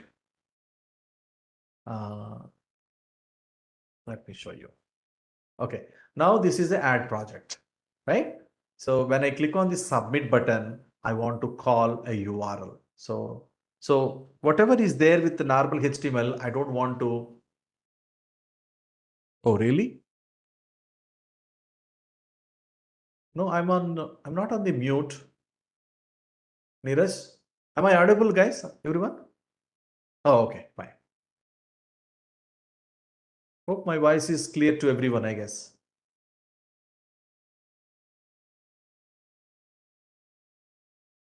Okay, cool. Right. Right. Okay. Then what I do is, uh, okay. So here actually I want to use the other leaf template now. How do I submit? So th colon. Okay, th colon. I want to submit the action. This is the way you need to submit the action. So you need to refer the URLs by using @ symbol. So this is what actually you need to understand. So how to refer a formal attributes, how to refer a URL. This is what actually the new things which we can do by using a time leaf. Okay, what is the URL we created here? In the project controller, we created a project called save project. Okay, now let me use this URL save project. Okay, then what is the meaning of that? The moment you submit it by use, it will come to the save project with all this data will come automatically. How do we capture that? Just go back here and you have one annotation called model attribute where you can give project. So what is the object type? It is of type project type project. That's it. So meaning, see, this is the beauty of this technology, Spring technology. The moment you are submitting this entire object with whatever data you entered, that should be submitted to this save project. So it should come here, automatically save project link is here. By using @model attribute on the same key, you should get that object. Now you need to save it. So did I write any method in the for save it? No, I didn't write. Okay, now let me write one more method. Save project. This would get a project object, right? I need to save this. So how do I save that? For that, there is a method called save is one of the method where you can provide save method. Some people are complaining my voice is not coming. But in my case, all good. Yeah, guys, whoever is complaining, like probably you please check because others are telling that, you know, my voice is clear. Yeah. So please.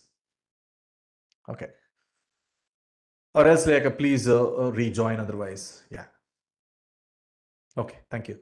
So save project. Okay, now what I do is repository.save. Okay, now what should be written? This method will return a project object. This is the way, but it is very, very important that as I already told you, what is the importance of the service layer?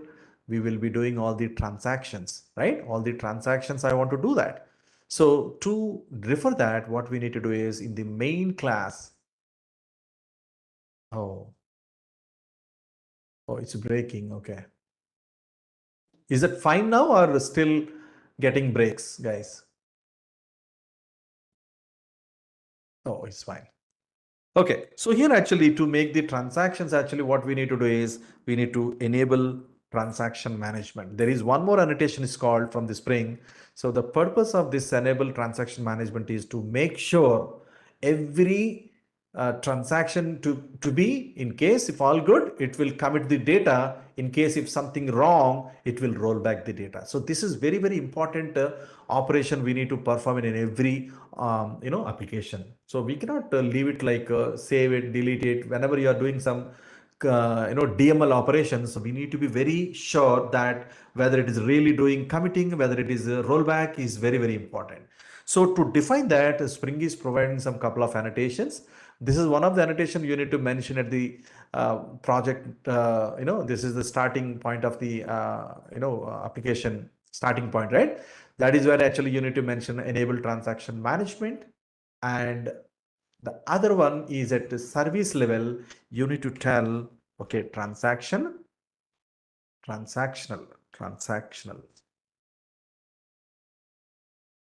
There is one annotation is called transactional, where you can tell, okay, when should I roll back? You can tell that.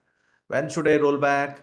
So because in case if there is any exception like Java dot lang dot exception is coming, then please roll back. Otherwise, do commit. That is the meaning of this. So to do that, actually, you need to mention two annotations. The starting of the application, you need to tell enable transaction management. And wherever you are making the transaction, where you need to tell transactional and you do commit, all good. If any exception is coming, do rollback. Because why I have given the java.lang.exception? because for every exception, this is the parent class. Because I don't know what kind of exception will come and during the process of the execution, right? That is the reason I have given the root exception. Okay, I have given the save functionality. The same functionality I want to use it here. The save. What should I do? Simply, I want to, yeah, throwable also done. So lot many ways we can do that, right? So because if you are throwing, you need to handle somewhere, right? So exception handling is again one more big topic. I don't want to more focus on that. Okay, see, okay, now project service dot save project of whatever project is coming. And once the project is saved, then what I need to do? I need to show all the projects. This is the link I want to run it. So then what I do is for that, there is a redirect. That is what I told you here, right? So once it is maybe here actually what I told you, once the data is saved into the database, and again I want to go back to the showing all the projects information screen. So for that, what I need to do is redirect colon after that slash get all projects. See, this is the way you can either refer a view name or you can refer another URL like this. So meaning after saving this, okay, saving means it should be post mapping, guys. This is important. Post mapping means like that is what actually you are doing there, right? From the add project, you have given the data, then you are calling the save project, then it should come to the save project and where you'll get the data you are saving into the database, and again going back to the get all projects, then this is going to be executed and again it should show projects view. Okay. Now let me enter. Okay, this is my home page, right? Go to the project and click on add project. And maybe this is I'm for, just for example sake, I'm showing ABC, but actually what I do is mobile project. Some, right? Click on submit. Okay, we get some issue, okay. I think we need to do here method equal to post, right? We are posting. That is the reason actually the controller also I'm using post mapping, right? This is important. Otherwise what happens, the by default the method should be get only. So we need to be careful in this case. Okay, refresh mobile project and submit. See, you can see the mobile project as the last row. Do you see that the add functionality is completed?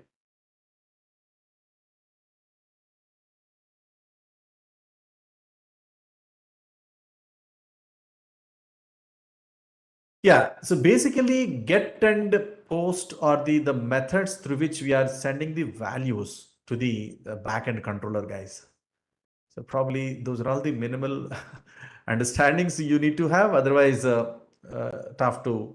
But anyway, see, a quick definition what I can say is get, if you are sending, okay, you're sending the data as a method get. If this is get, then it expects in the controller get mapping. Okay, in case if you are sending as a post, then it should expect in the controller post mapping. That is the link, right? If you are making here as a get and you are trying to take from post mapping, it will not work. Okay, get and post differences is if you are sending the data through get, those values are maybe shown in the URL if it is a get request. If you are sending the values in the post request, then that is completely hidden. All the data will be sending to the server side in a hidden way. So you never see. Generally, if any credit card details or password details, I want to send through in a hidden format, right? So probably uh, that is the reason actually we need to decide whether we need to take get or post like that. So probably I answered your question, Neeraj. Okay, guys, this functionality is done. Similarly, let me quickly do this delete also. Quickly, let me try this. Delete. The moment I click on the delete, what I need to do is this has to be deleted. Okay. So what I do is for that, just go back to the projects. Okay. In the delete, what I do is I have to refer the time elif notation like this. So that is also another link. Okay. Another link. And where what I do is I want to delete project. Okay. After that, I need to pass ID value. After that, I need to pass the ID value. What is this ID value? ID value is, okay, you need to tell by using this notation. So what is the ID value? This is the value I need to define as a ID value. So this is the time elif representations, guys. So the moment you are deleting this, I need to send the project ID, then only I can delete. Otherwise, I can't delete, right? So whenever the moment you click on the link, then this is the URL it is expecting. After that, you need to pass the ID. What is that ID? This ID, I'm telling that this is the project ID. So you are passing the ID back. So that is the meaning of that.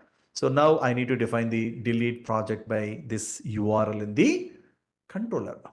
Okay. Now let's define this. This is another get mapping. Okay.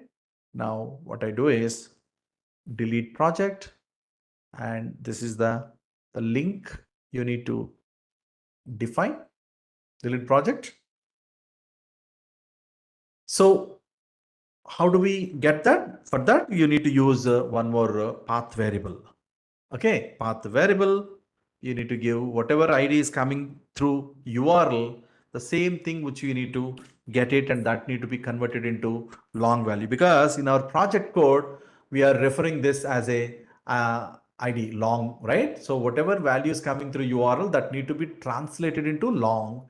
And then what I need to do, I need to, by using this ID, I need to remove the project. Okay, do we have the removal of the code?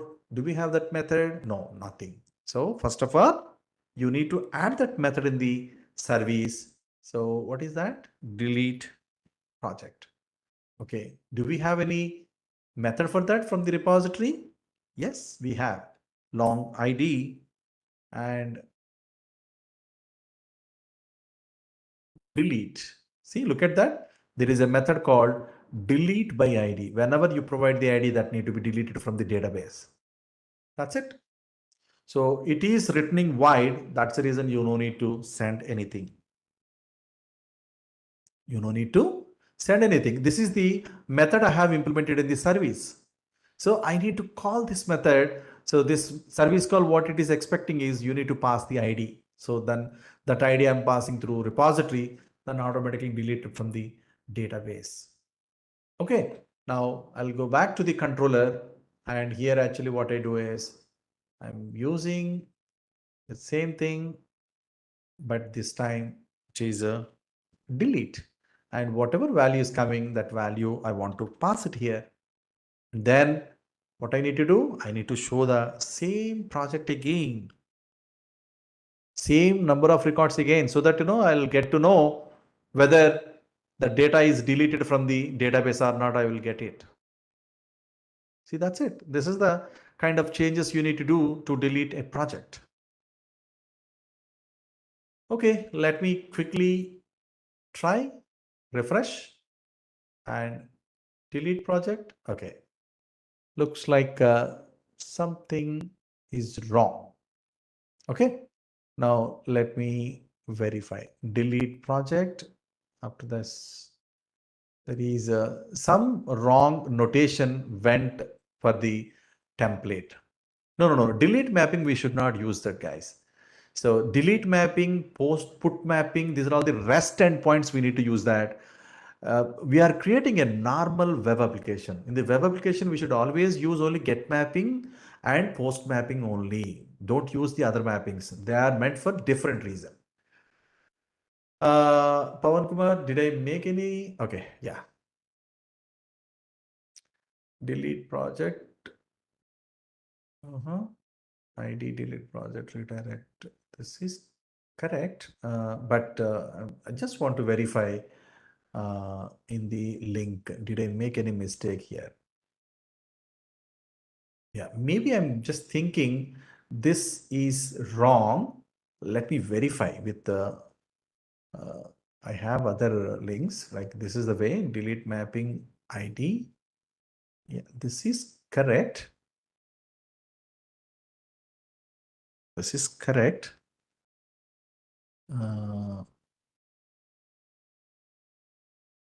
Okay. Okay. Did I make any mistake here? Yeah, we'll see. This need to be project and this need to be project ID. Yeah, get mapping is correct because see on this URL, you're passing the value. This is definitely get mapping only. This is not a post mapping. You're not submitting. See, whenever you are submitting, then you need to use the post mapping. Then you are calling through URLs, then you should always call the get mapping only. Okay, let's see. Maybe let's restart and we'll try. Sometimes restarts also will make the magic. So always make sure these are the places we should always try the copy paste will always works. Okay, anyway, let me try refresh, delete. Okay, still getting. Okay. Get mapping, delete project. Delete project. Okay, what is the error it is throwing? Resource not found. It is expecting resource not found. There was an error. No static resource. Delete project. Okay. Let me one more time. I need to verify. Project. Delete project. Delete project. That need to be there here. Okay, which is correct. And path variable. Path variable. Do I need to use any name like that? I don't think so. Yeah, somebody asking about this one, right? So, but this is correct because you're passing the value.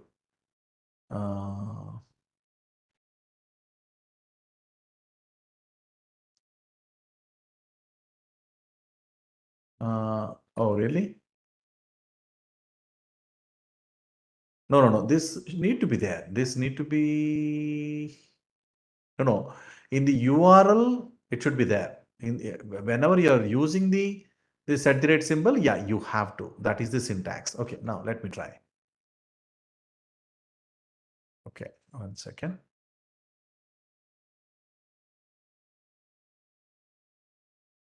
Oh, value. Okay, value is missing. Okay, let me. This need to be value. Path variable. Okay.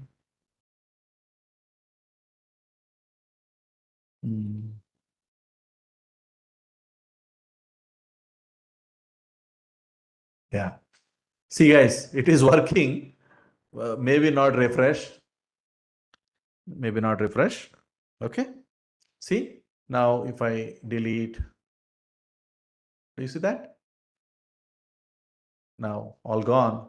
Now add project. So fee management project, and click submit, which is coming there. Is that clear, everyone?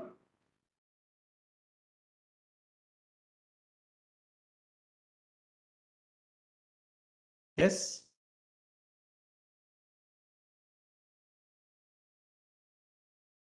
Right.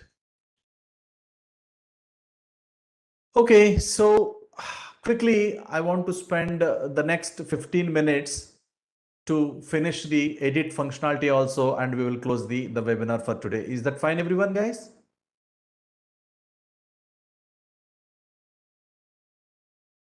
Is that fine? So that it would be completed, the complete, yeah. So let me take the next 15 minutes. I'll try my best to finish this part. Okay. So first of all, let's try to understand the edit project functionality. What is this? So according to this, my use case should be something like this. So yeah, sure, Rahul, we'll share the code base. So now here actually the data you are showing like this, right? So the moment you click on the edit button, then what we need to do, whatever data you are showing here that need to be displayed in the next screen. Yeah, Spring Security is also there. Yeah, definitely we'll do that. Yeah. So whatever you are showing here that need to be displayed here, right? Whatever data is there that need to be displayed here, and click on the submit button. But the moment you submit, whatever data you are showing here that need to be going to the database, right? Database, and again I need to show the show all projects screen. I need to do that. It is as good as add project related only, but the only one single difference is here you're updating the value but not inserting. That is the difference. Edit means whatever data is there that need to be updated into the database. This is what actually I need to do that. Okay, somebody's telling like project ID 78 shown search 1 2 order. Oh, so that is the one thing I need to tell you on this, Pavan Kumar, because the database what it does is once it is start dumping the values and once you delete that, it won't start from the beginning. If you really want the data from the beginning, you need to truncate all the data from the database table. Then it will start from the 1 2 3. That is the way actually database sequences will work. Clear, Pavan? That's the reason it is showing 7, 8 like that. Okay. So, clear, Pavan? Yeah, right. So let me quickly do the update page functionality also. For that, I need a update page. For that, I'm copying the add project code and paste. Okay, update, update. Okay, I copy pasted, and here actually what I need to do, I need to create a update. Okay, so what I need to do, I need to do update project, the same code base. But apart from name, we need to also have one more attribute here, which is ID. Whenever you have the ID, then only you can do the update. But do you need to show that attribute? No, I don't want to show that. So for that, what I need to do is let me do the hidden attribute as ID. ID. Okay, that's it. So I have taken hidden attribute of ID, the same name. Now instead of what is this submit? Okay, maybe we'll give value should be better. Okay, this is a update project. Okay, in the case of this is a value equal to save project. Save project. Okay, that's all. I think the moment you are hitting on the edit, the same code base I need to build. Okay, this is for edit like this. But this time, what I need to do, I need to create a edit project. The same idea I want to show back to the here. So no put method, guys. No put method. So this is still okay. Maybe probably you all have like a RESTful services knowledge, like, but we still, I'm telling, I repeated also, this is a web application. Web application, you should always use get and post only instead of the request mapping. You cannot use the put and delete those things.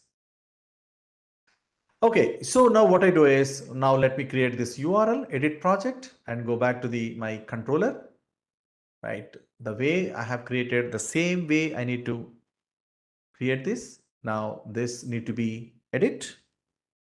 Okay, my method also need to be edit, and the same ID will be getting, right?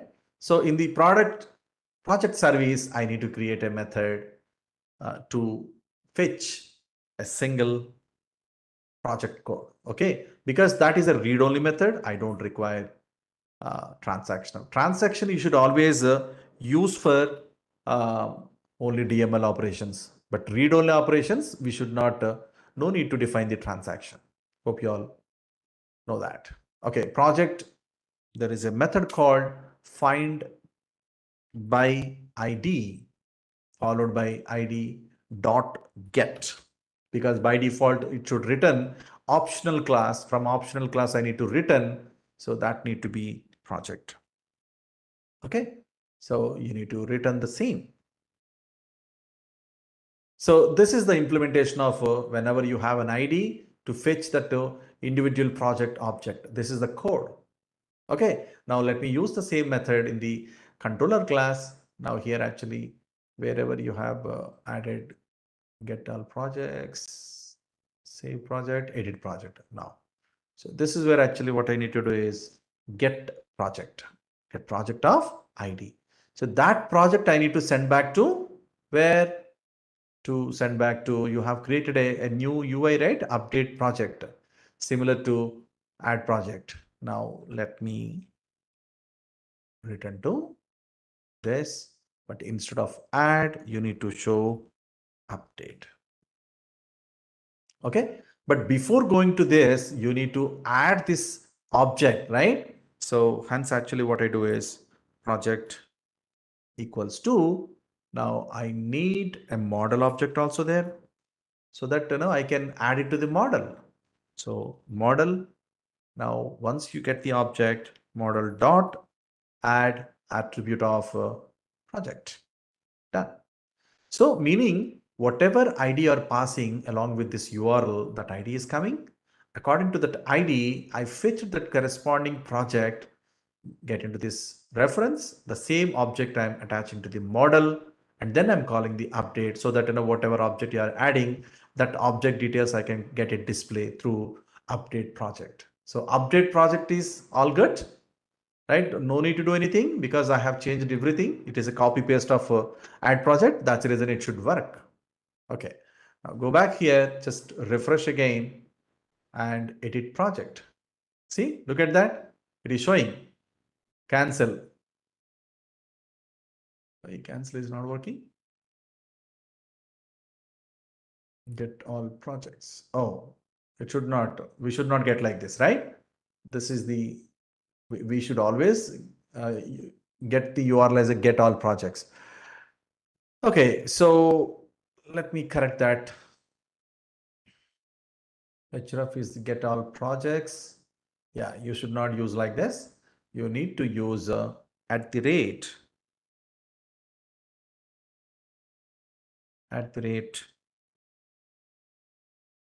time leaf way. Okay, the same you need to do even for even this also. How come it worked earlier? Not sure. Okay, a update here also. You need to do like that. href. Okay, now refresh, cancel. How come edit project is coming? Okay. Think looks like okay, refresh again, project, edit project. Okay, click cancel. Okay, it is adding to this. That is the reason it is failing. I understand. Understand? This need to be update need to be method project. Okay.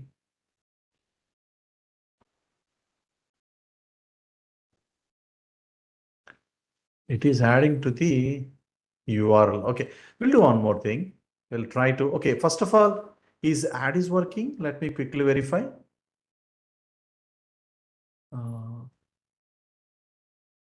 Refresh project, go to add, and go to cancel. Okay, cancel is also not working.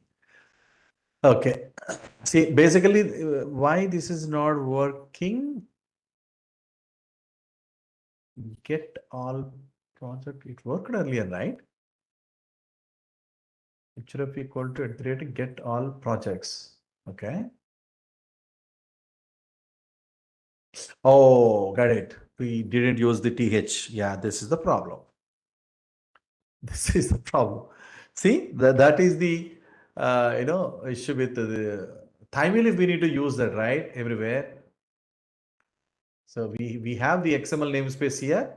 We have to use that. That is the reason it is not giving. It is looking like, it is a normal anchor tag href. That is the reason it is not able to understand. So we need to mention th colon, then only it would understand. This is the problem. Okay. So let me try now. Okay. Edit, cancel, add, cancel, everything is fine. So now what I need to do, whenever I click on this, maybe I will add something like this and click on update that need to be updated with whatever value you have provided. Okay. Now, so for that, did I created any update method? No. First of all, I need to add the method like save whatever we have done. Similarly, let me try for update also. Okay, now let me create this as a update method, but actually even for save and update, the method is same. Just for sake of a clarity, I'm keep maintaining the different method in the service class, but internally it need to be same only. How the repository will do this magic? If ID is not there, it will insert. If ID is there, it will update. That is the magic it will do inside Spring data. Okay. Right. So now update project is there. Now what I do is I'll go back to my controller, and here whatever save I have done, the similar kind of method I need to copy paste. And now this time I want to update. Okay. Now this also need to be update. So instead of save, what I need to do, I need to update. I need to go back to the same list. Done. My update logic also done. See, most of the times what I'm trying to do is copy paste of existing code only, right? I'm not writing from the scratch, because we can reuse that code snippets. So that due to time factor, I'm doing all these things. Okay, so now go back and edit project. Now probably let me enter all once. See, look at that. Is it updated?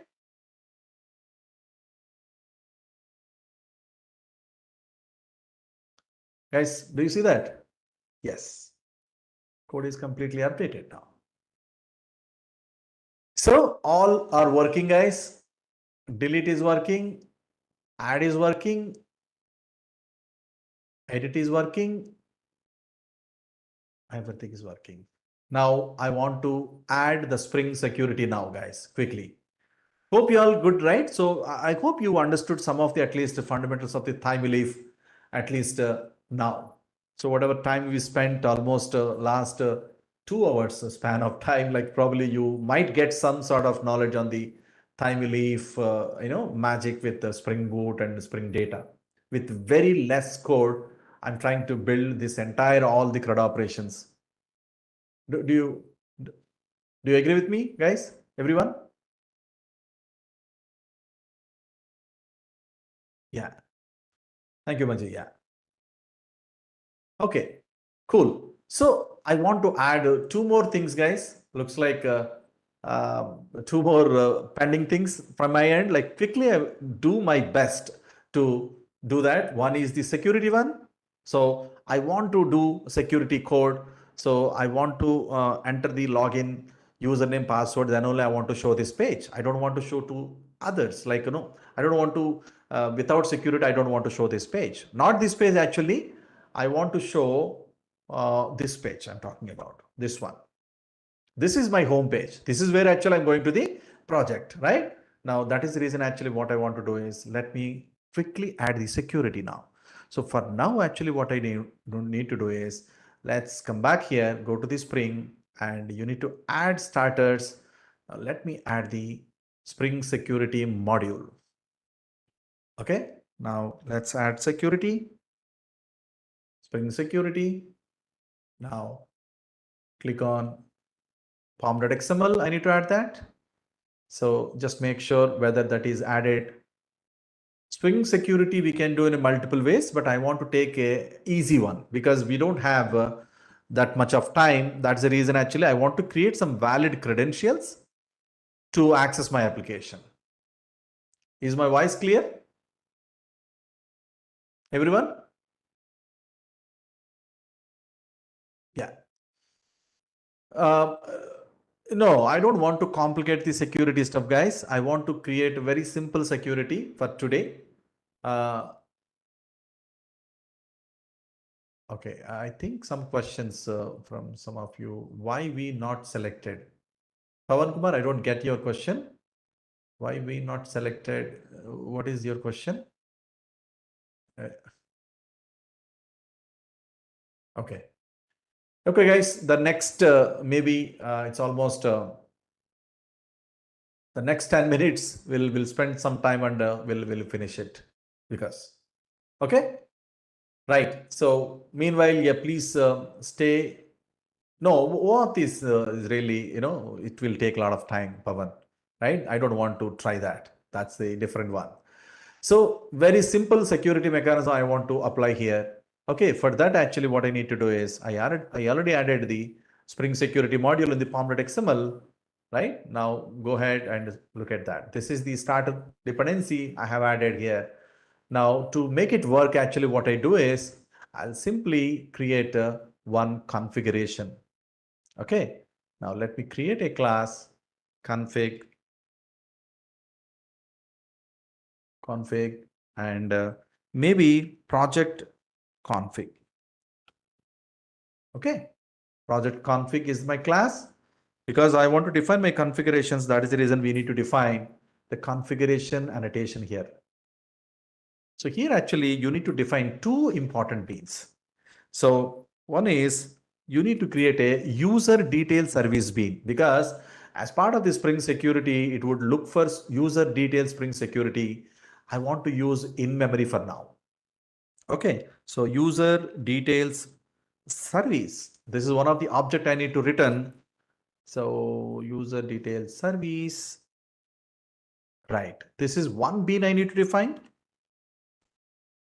And there is one more bean I need to define is the password encoder because as part of this Spring security, so most important is like, it will not directly access the normal text. Whenever you are passing the values, it should always expect the uh, encoded passwords only we need to provide. So for that, actually Spring is providing some of the default implementations of the encoder implementations. And one of the implementation I'm using here, which is a bcrypt password encoder. I want to use that. This is the password. I want to use that. The just bean. This is one of the bean. And now I will try to create one more bean here, which is the, we have a class called the Spring Security User. Okay. So user, this is the one. User dot, you need to create by using builder and build. You need to create this is the builder pattern. By using this, actually what I need to do is I need to create a username. Username should be, for example, admin, maybe Murthy. Murthy is my username. And I want to use the password. Password is welcome, for example. Okay, so this user object will return user details interface. Okay, hence actually what I do is user details, object, maybe admin equals to. See, this is the way I can create the object, each of the object. Maybe if you want to create one more object, normal user object, you can create one more admin and user. Maybe the other user is the Pavan and welcome. I want to create for now, these are the two users. Generally, this is ideally not a right concept, like a right concept in the sense it's a very limited application. Maybe you can create these users here. Otherwise, we should always database integrated users. Okay, for now, actually, let us go ahead with this. Now, I want to add these two users into the user detail service. So how should I do that? So for that, Spring is providing in-memory details service. Okay, in-memory user detail service manager dot, okay, you need to create an object dot,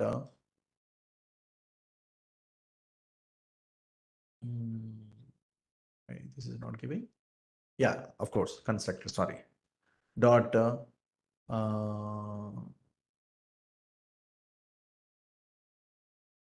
sorry, for this, you need to add these users. That's it. I need to pass this admin, comma, user, whatever users you have created, I just passed. That's it. This is the implementation of user details management manager. So by this way, actually what happens is I have created two users. One is Murthy welcome. The other user is the Pavan welcome. But always I told you, right? The passwords you should use always the password encoder.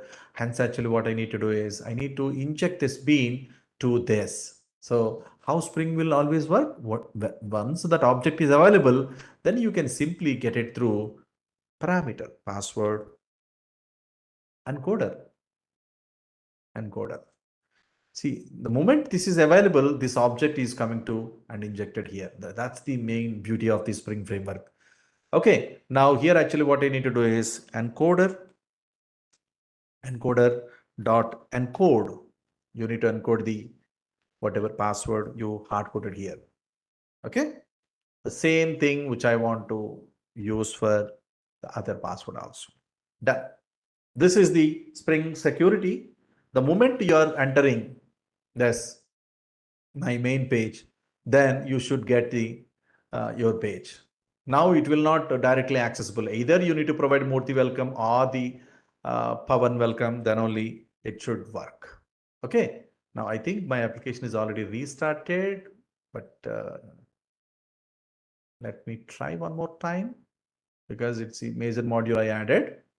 Better to restart this time.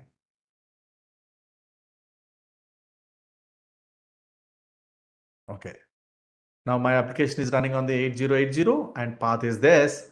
So in case if you want to change the port numbers, anything like you can always change server dot port, right? So equal to, in case if you want to change something like that, you can change. Similarly, context path also you can change. For example, this is a project management. Okay, project management. This is my URL I want to create. Okay, then you can always use this as a project manager. Now look at that. Now the server is running on the 9595 port number and my URL is the project management. So I can use my, if I want to access my application, I need to use this URL now. Okay, now. So localhost and what is the port number? 9595 and project management. See, automatically it should raise the credentials. In case if you make mistake, you will see the bad credentials, right? So this, all the magic is done by Spring Security. I didn't write any of the UI, right? So what are the valid credentials? Valid credentials are Murthy and welcome. Sign in. Then you should see my home page, right? Then you click on the project and I can see like this. Okay, for example, if I want to go back, to the previous screen where actually we have only add project. I want to create a home page also. Let me do that here. Okay. Now what I do is list of the pages here. Where is that? This is where actually maybe I create one more link where I would say home. Okay. What is home here? Home is nothing but maybe you can, this is the home, right? This is the home, or you want to mention by using the URL. Okay. Either you can, this is a, okay. You can also create multiple URLs for the same also. You can do that. Okay, for example, maybe in the project controller, for the home page, actually you're displaying this, right? Now, if you want to create multiple URLs, you can do like this. Okay, maybe value equal to this, and then maybe you can create one more URL like this. And maybe I'll create one more URL as home. So either this way or this way, this is going to be executed. That is the meaning of that. For example, if I want to refer as a home, as a URL there, then what I do is go back here. I can use TH. If you want to mention through href, then what I need to do is I need to use the @ either of the way we can do that, right? So maybe I would say home. Without that, you can directly call this. Or with TH, you need to call like this. Home. Okay. Now let me see whether this works or not. Refresh. Home came. So it is coming back. Okay. So maybe there is no space there. Let's give some space. How do you provide the space? Hope you all know. @NBSP. Right? So this is the way you can always provide some spaces. Okay, now let's give some space and home. Okay, home. Now this is where actually I want to provide the logout link also. Let us provide that so that login, logout all will be done. So then what I do in the main page, this is the main page, right? Where is the main page? Home page.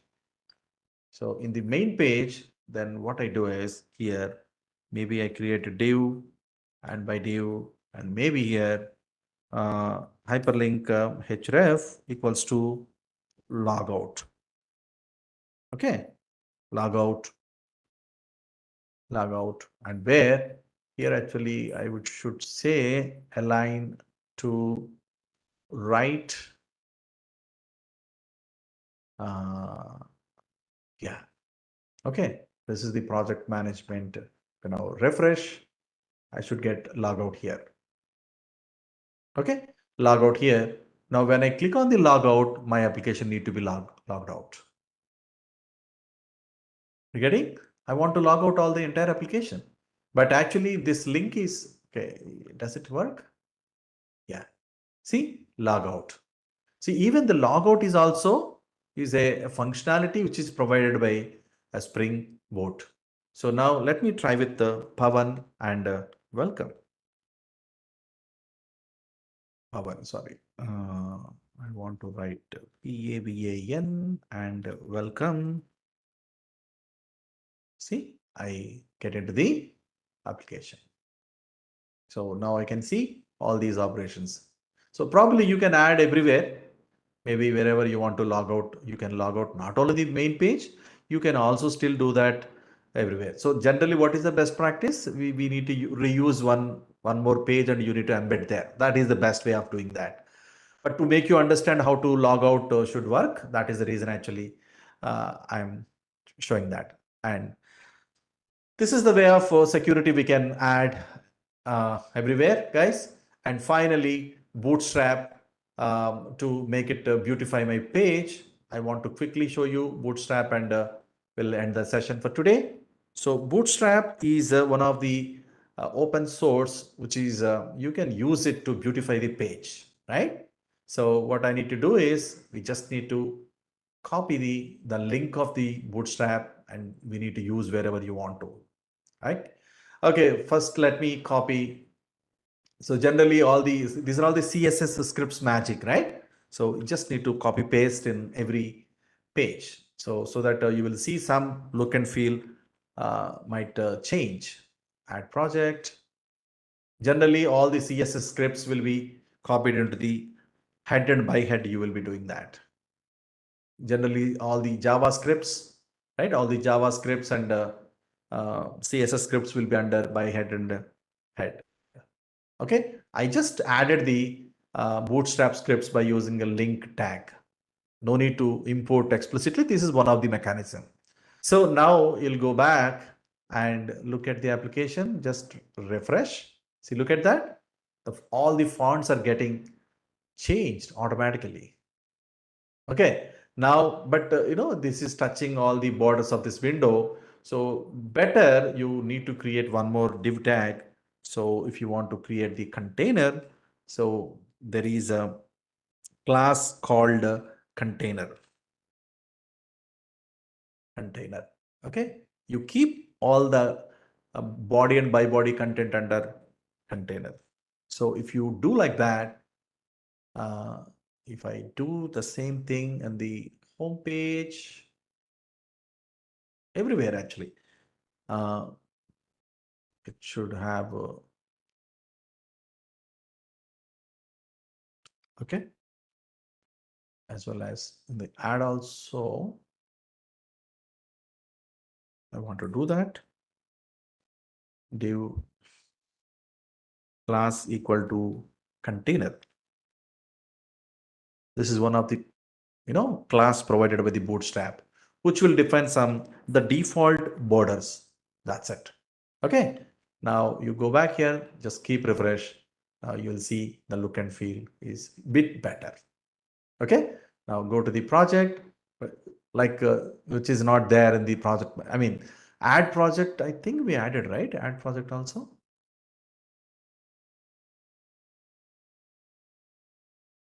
No, in the projects. Did we add it here? Oh no. Div class equal to container. Okay. Now here added the container and just refresh. Now you can see. Okay. So, and one last change I want to do, like I want to make all these hyperlinks to a beautiful buttons. Okay. Now what I do is you go back to the Bootstrap and search for buttons. You will see a lot of beautiful look and feel of the buttons. So I want to use these buttons. I really love to use these buttons. Maybe what you need to do is you just need to add the class style on each of the link. That's it. That will make the entire look and feel of your application now. Okay.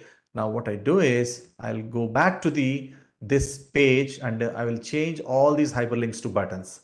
So then what I do, go to the project code and maybe start from this. Okay, where is my hyperlink? Yeah, this is the one, primary, and maybe after that there is one more link.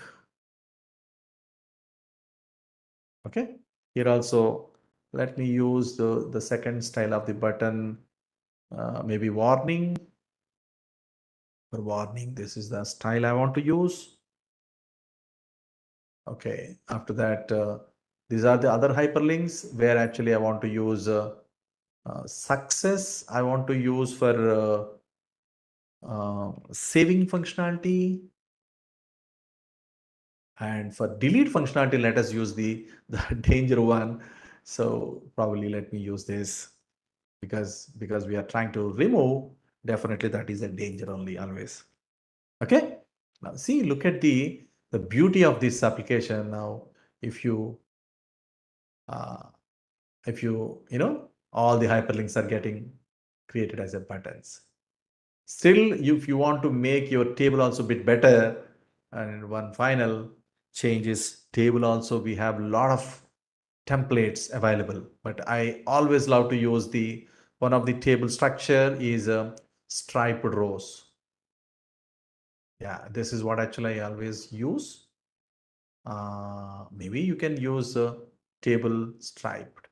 So on the table tag, you just need to use this class that makes your look and feel of table always better. Okay. Now, no need to use anything. Just remove that. Just use the class. Okay. Now go back there and refresh. So this is the beauty of my application. So the font is a bit bigger, but these are all the different, so design is not a simple job. So it involves a lot of things, this is creative skills. But so definitely you make your ugly look and feel application to very beautiful application by adding these kind of open sources. That's all, guys. As discussed, we discussed about almost all the topics without fail. Hope you enjoyed the session, guys.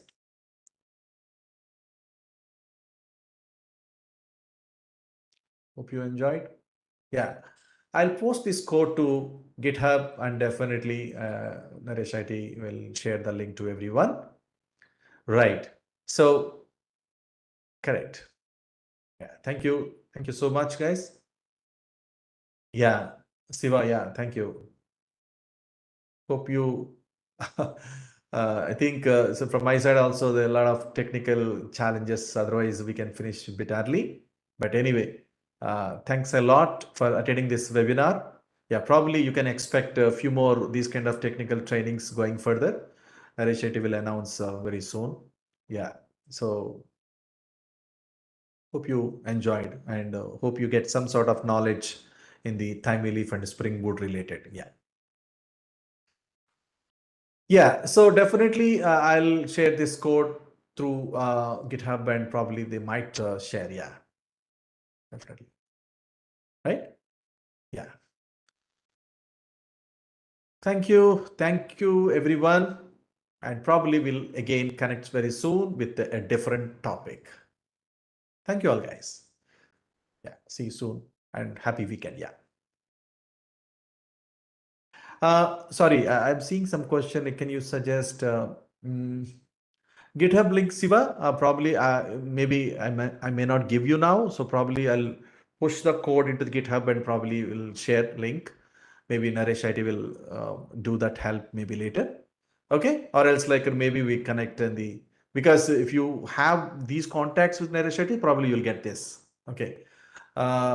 The other question is like a 30th September batch, which is going to start it for the full stack developer. Okay, yeah. So regarding the batch details and all those things, like probably you better you check with them. They are the right people to help you on that. Okay.